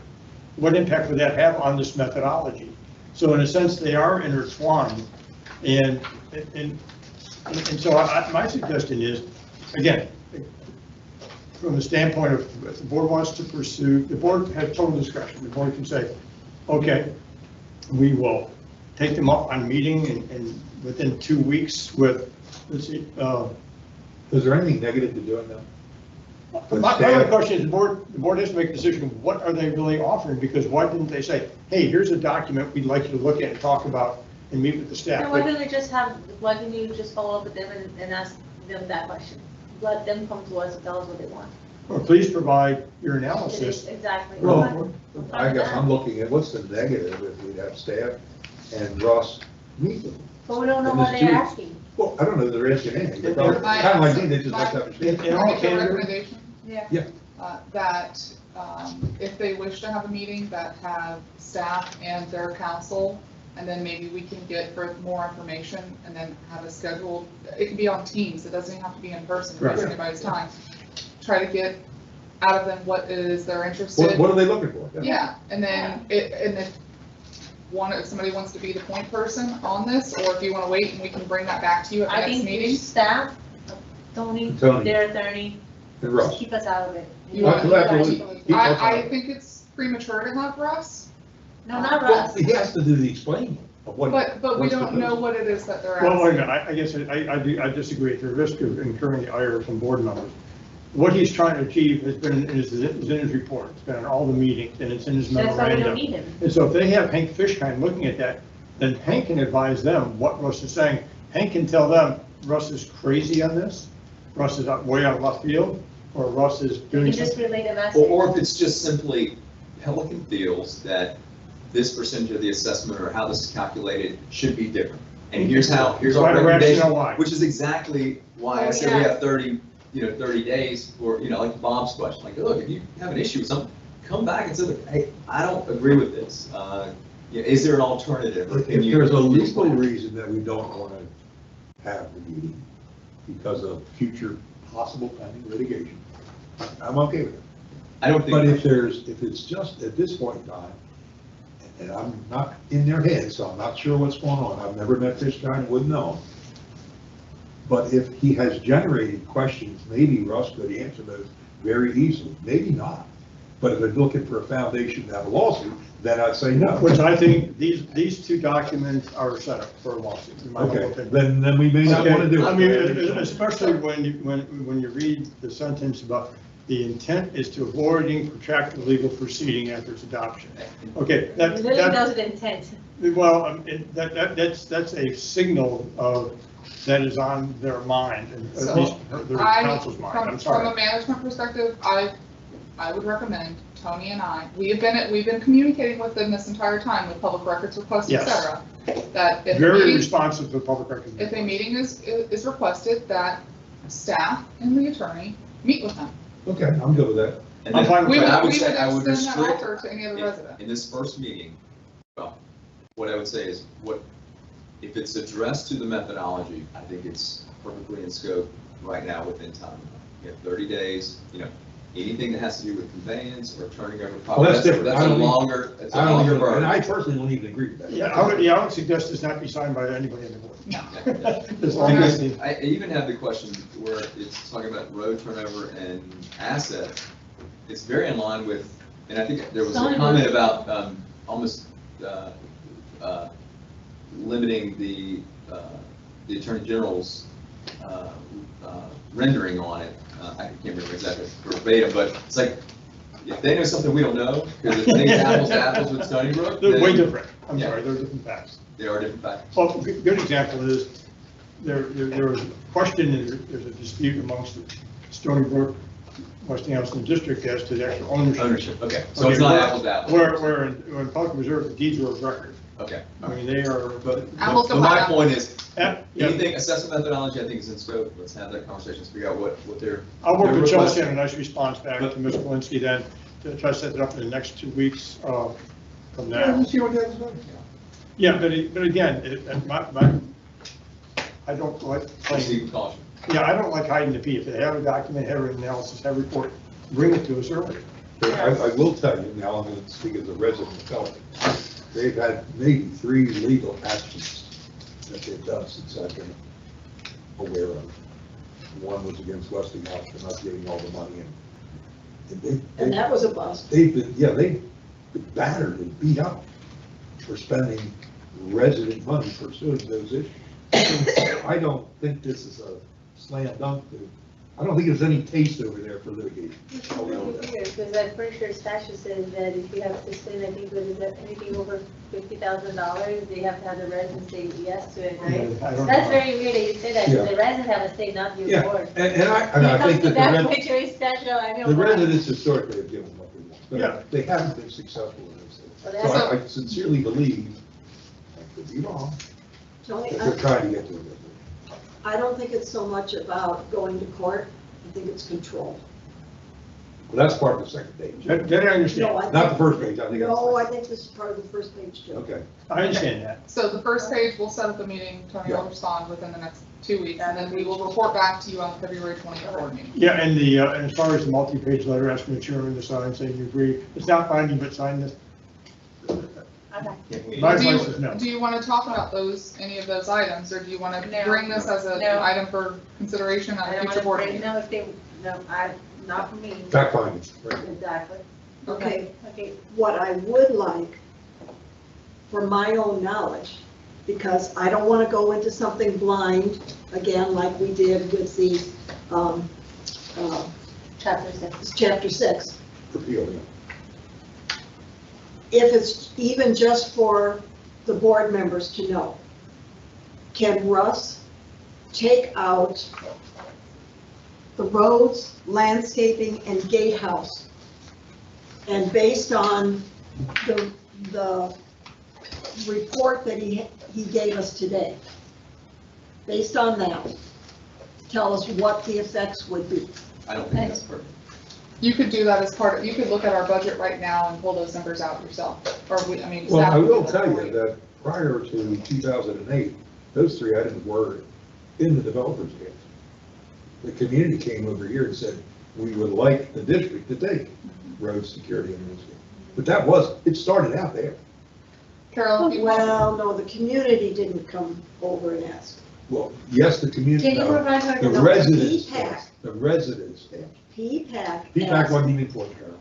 When this PPAC wasn't even in existence. When, the oh, when are you talking? 2007 and 8. Oh, The all of those, I know, that's why I stand need a corrected. little background. Those components started out with the community association, which was run by WCI. And the residents, through the Residents Alliance, came to the board and said, we think WCI is going to go bankrupt. And we currently pay them all this money to do this. And if we pay them and they go bankrupt, we'll know. We'd like to move those assets over here. And that's how they got it. A board approved that. And then the next iteration of that was, well, okay, we took it, but we don't know anything about it. Will you, Residents Alliance and people over there, will you form an advisory committee? That's how we got an advisory. It was all kind of ass backwards. Okay. So Carol. Okay, no, I don't want to be an Ed Tinkle and say, okay, on my napkin, my things are that, you know, it would save X amount of, this amount of money, and based on 2,500 homes, you know, it's gonna be this at this at this. I'd like it from Russ, what the effect would be. But it's not possible. It's not a. Even if you have the numbers, it's not feasible for you not to have. It's hypothetical, in other words, based upon, it would be a hypothetical because the facts don't exist to provide. How about, let's do this. We'll just, I'll have Laura pull all those numbers out of your total budget and give you whatever that percentage is, and then we can go from there. Well, you fundamentally be taking out the O2 budget. Well, everything but ponds. Everything but That's part- administration. Administration of ponds. Yeah. So that's what we just have to remove. The reason I say hypothetical, because it's premised upon all these transfers and everything else taking place, in one respect. What do you mean? Well, that's part of they want the request, these methodology can determine the financial impact the transfer has in the methodology. So that would assume that all the roads go over to the PPCA. Yeah. That, and then they want to use the debt assessment methodology in 2020 O&M assessment methodology after the transfer. So there's actually two components of that. And then also there's another one about stormwater ponds, wanting them to be excluded from allocation of any assessments, whether operation or maintenance, relating to financing the stormwater management repairs outside of Pelican Reserve. And so again, it's almost creating a whole nother scenario that's different than how it exists today, fact-wise. I'm not sure. So is there anything in there that can't be done? It's illegal, or the process is illegal, or it can't be done? Well, what they're doing, they're proposing that the ownership of the stormwater management system remain with the district, but that the PPAC advisory ponds committee remain in existence, but residents can be assessed for their impact on the master flowway system, but then there's an agreement stating any capital, so I mean, there's a whole bunch of hypothetical steps that need to be taken. And no, if the board wants to have, that's a complete different assessment methodology, in my humble opinion, because it's kind of like we have this version here that we're embarking on now and have been for a while based upon a particular philosophy and approach. And this is basically asking for you to engage your consultant to do a complete alternative methodology, because it doesn't just affect Pelican Reserve. I would like to keep it separate from the methodology. In other words, we're going to adopt whatever methodology we adopt. That's done. Now, moving forward, what I think I'm reading and heard is that they would like us to transfer the responsibility for security, landscaping, and roads to them. over to them. And like I told them when they brought that stuff to me, we did that once and it didn't really work out very well. By that, I mean, when Laura did her audit, there was money, what, I won't even say that. We adopted the budget that KW and Castle had to the penny and rolled it over to PPAC for landscaping, safety, and roads. We didn't change a thing. But at the end of the first year, we were $450,000 spent, underspent. Mhm. Nothing got dropped, everything got done, Yeah. but we had an extra $400 and some thousand. And now you're asking me to go back to the old way? I don't think so. Yeah, just one component, just real Well, quick. and what I think they want to do is to hand it over to KW Absolutely, and say, okay, here, run these things. absolutely. And, They don't know what it really means that, because, yeah. well, they're not going to do it. No, they're gonna There's no for a outsource it. cost. They're I gonna mean, outsource it. Their board is not going to do And it it. would have a fundamental impact on how we do business. You don't like my 5% now? There's a lot of, you know, there's a lot of cost over here with what we do. Yeah. And if that goes back to them, okay, we're gonna have more staff than we need. So there's a negative to that. But we don't have fiscal controls. I mean, If at some point in time the board wishes to explore the conveyance of the road say to PPCA. Well, I would support that. Well, and one question could be, and I think we have enough on our plate right now, Yes. but I've started research on whether or not they could be leased and then whether PPCA would have greater control if the roads were leased. Well, they're kind of mirrors things. Because the district has, well, there's different facts though. I know, but whatever Stony Brook does there, hopefully they can The do. district has the right to lease these facilities. So the question is, what are the abilities to lease it under conditions that would make PPCA happy? That's all. So I mean, not I'm- speaking on behalf of Pelican, but I think ultimately, one, the setup that it is today should have never taken place. I think the ongoing effort is, you know, if Pelican believes that they are different and they should be a separate entity, and self-maintained, self-governed, They do. what, They don't have to well, get. I don't think there's anything wrong for us to continue to explore Talk that about in it. partnership with Pelican.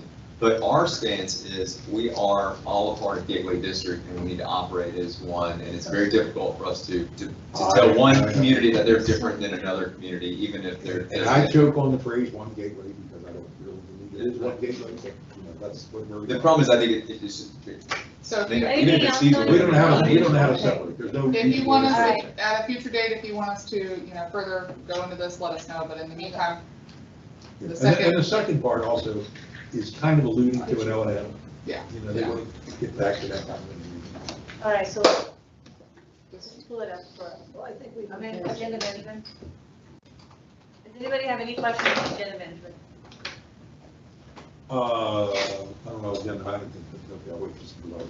Okay, no questions? Okay, we'll go ahead and start with supervisor comments. Go ahead, boss. Well, I just want to know what the status of study with this. I heard there was some, there might be I some. think that's a conversation, Tony, you're gonna have one-on-one with all of us. Well, we did. Are we I ready? had one, Are we ready? to have I a don't want public to, hearing? I don't want to have any further discussion now until I have something to provide to the board. Okay, We're working on that. All right. all right. Any other items? No, but what we approved today, we finally got all of our last easements All right. for landscaping, so. Until we find more, I beg your pardon? Stop. until we find more. Well, we're now, we're gonna do the aeration easements, but the landscape easements are done. Thank you, Bob. Only took 2 years. Thank you. Doug? It's almost August. August of 22 is when it was done. Just a couple of things. I know that we have, I know Laura has mentioned that she has discussed and there's options in the new building to update our AV, our audio visual and our streaming capability. I think we might need to look at, we've seen what we have today and upgrading it because I agree with Cheryl? with Sherry, what she was saying, like, the technology that's available today, residents should be able to just quickly jump on, the audio and visual will be good, be able to go back, revisit the recording. So can you just have, maybe Laura just take a look and see if, are there, you know, within, what's Thanks. the- There is an issue with iPads and the streaming, just so you're aware. It's not the first complaint that we've gotten. It's not, the streaming is working, it just does not work well with iPads. Then it doesn't work well. Yeah. Yes, it works. I actually logged in, the sound is great, the picture was great, everything was wonderful on my computer. Yeah, we'll look and see. I know she's getting a new computer for this, so we'll look and see what's out there. Yeah. Another at least year and a half until we're in that new And I'll building. give it to Chelsea because one of my other districts, the one neighborhood actually purchased an owl, you know, the camera that follows everybody around. And you can have multi-screens and splits, and so they broadcast their meetings that way. And it's portable too, so. Well, we have works members real well. of staff that are still here listening in. I mean, there's a lot of really inexpensive switches. All it is you just have someone that's just gonna do production. They're gonna click this button, it goes to this, you know, this camera. With the technology available today, we should be able to produce a really good. And I do want you to continue to look at, see if we can get the channel from Comcast. Does the board want us to look at a channel for Comcast? It's just something else we have to maintain. Yep. No. Pelican's got We one. do not subscribe to Comcast and at that office. We have different. Just so you know, because my contract just went for renewal 2 years ago, and that is not something that they're offering anymore. They're not doing that anymore? They're not, no, so if you have it, you'll be able to keep it, but I think there's an expiration date. So I know as of right now, Stony Brook, Hampton Park have it, and I think another community, but they no longer offer. Pelican has it, but not one. Okay, Yeah. so Okay. just look at opportunities No to one enhance ever our looked. AV. No one ever looked. And then just want to provide just a quick update. I talked to one of the employees at 7-Eleven. I didn't talk to, what's her name? Carrie. What's her name? Whoever the manager is 7-Eleven. But they were having some incidents with some kids. There was some shoplifting going on and there was a little bit of harassment. I talked to, I can't remember the guy's name, but evidently that's gotten better. There was a small pocket of kids. They had basically said, if we catch you again, we're going to, enforce the law. So that's kind of been resolved. I'm not sure, there was a couple of posts going on Facebook, but if you were following it, great. It seemed like it's been resolved. If not, it is what it is. The speed bumps on Soccer Drive, I think we should probably look at that. I don't think, I spend a lot of time out here.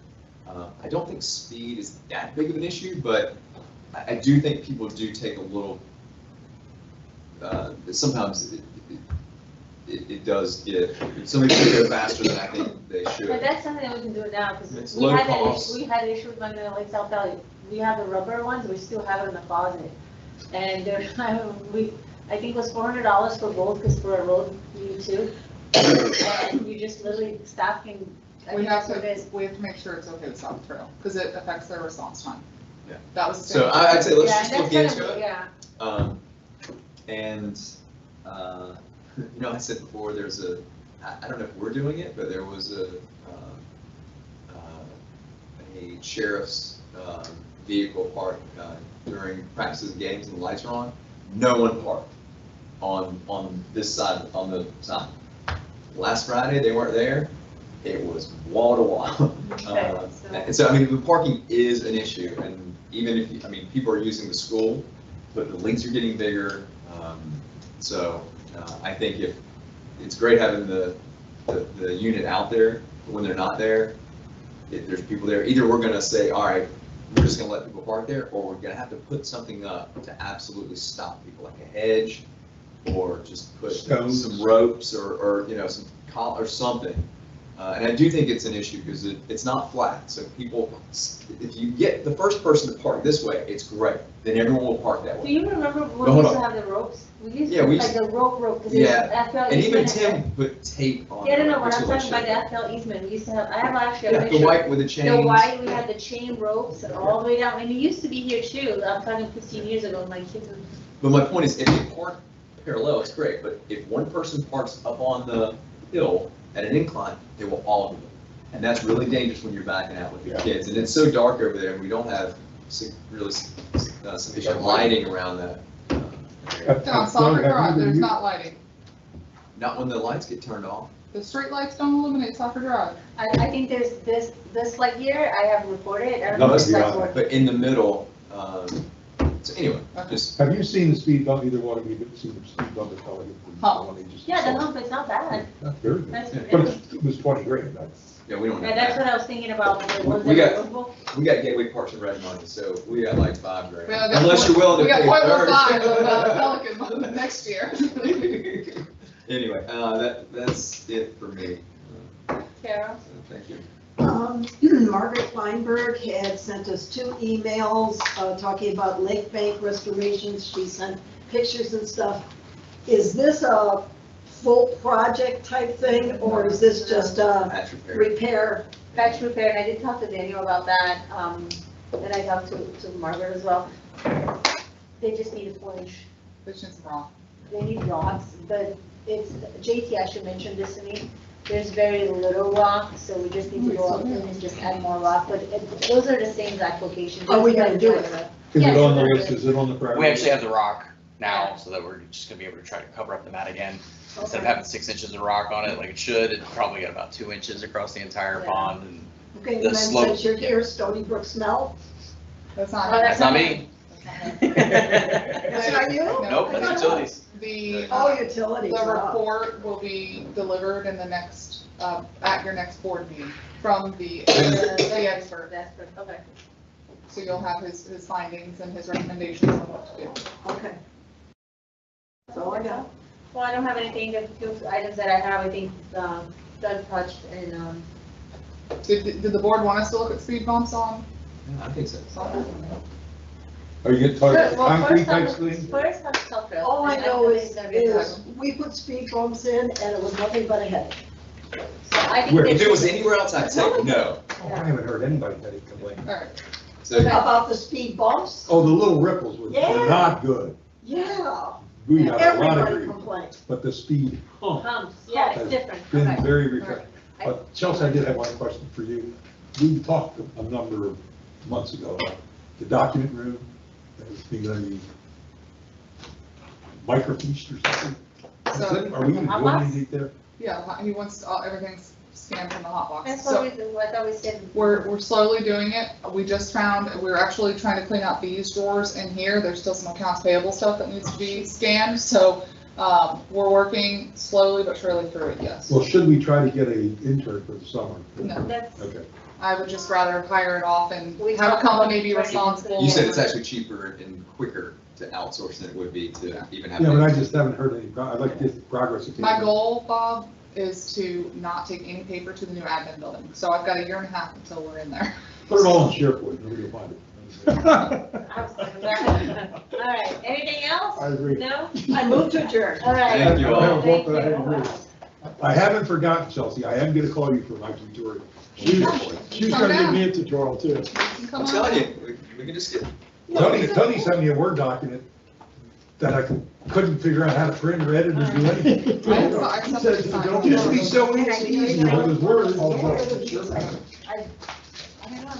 I told Chelsea I could get Logan, my son, to do some sessions with everyone. It's even more fun is using Google Docs, right?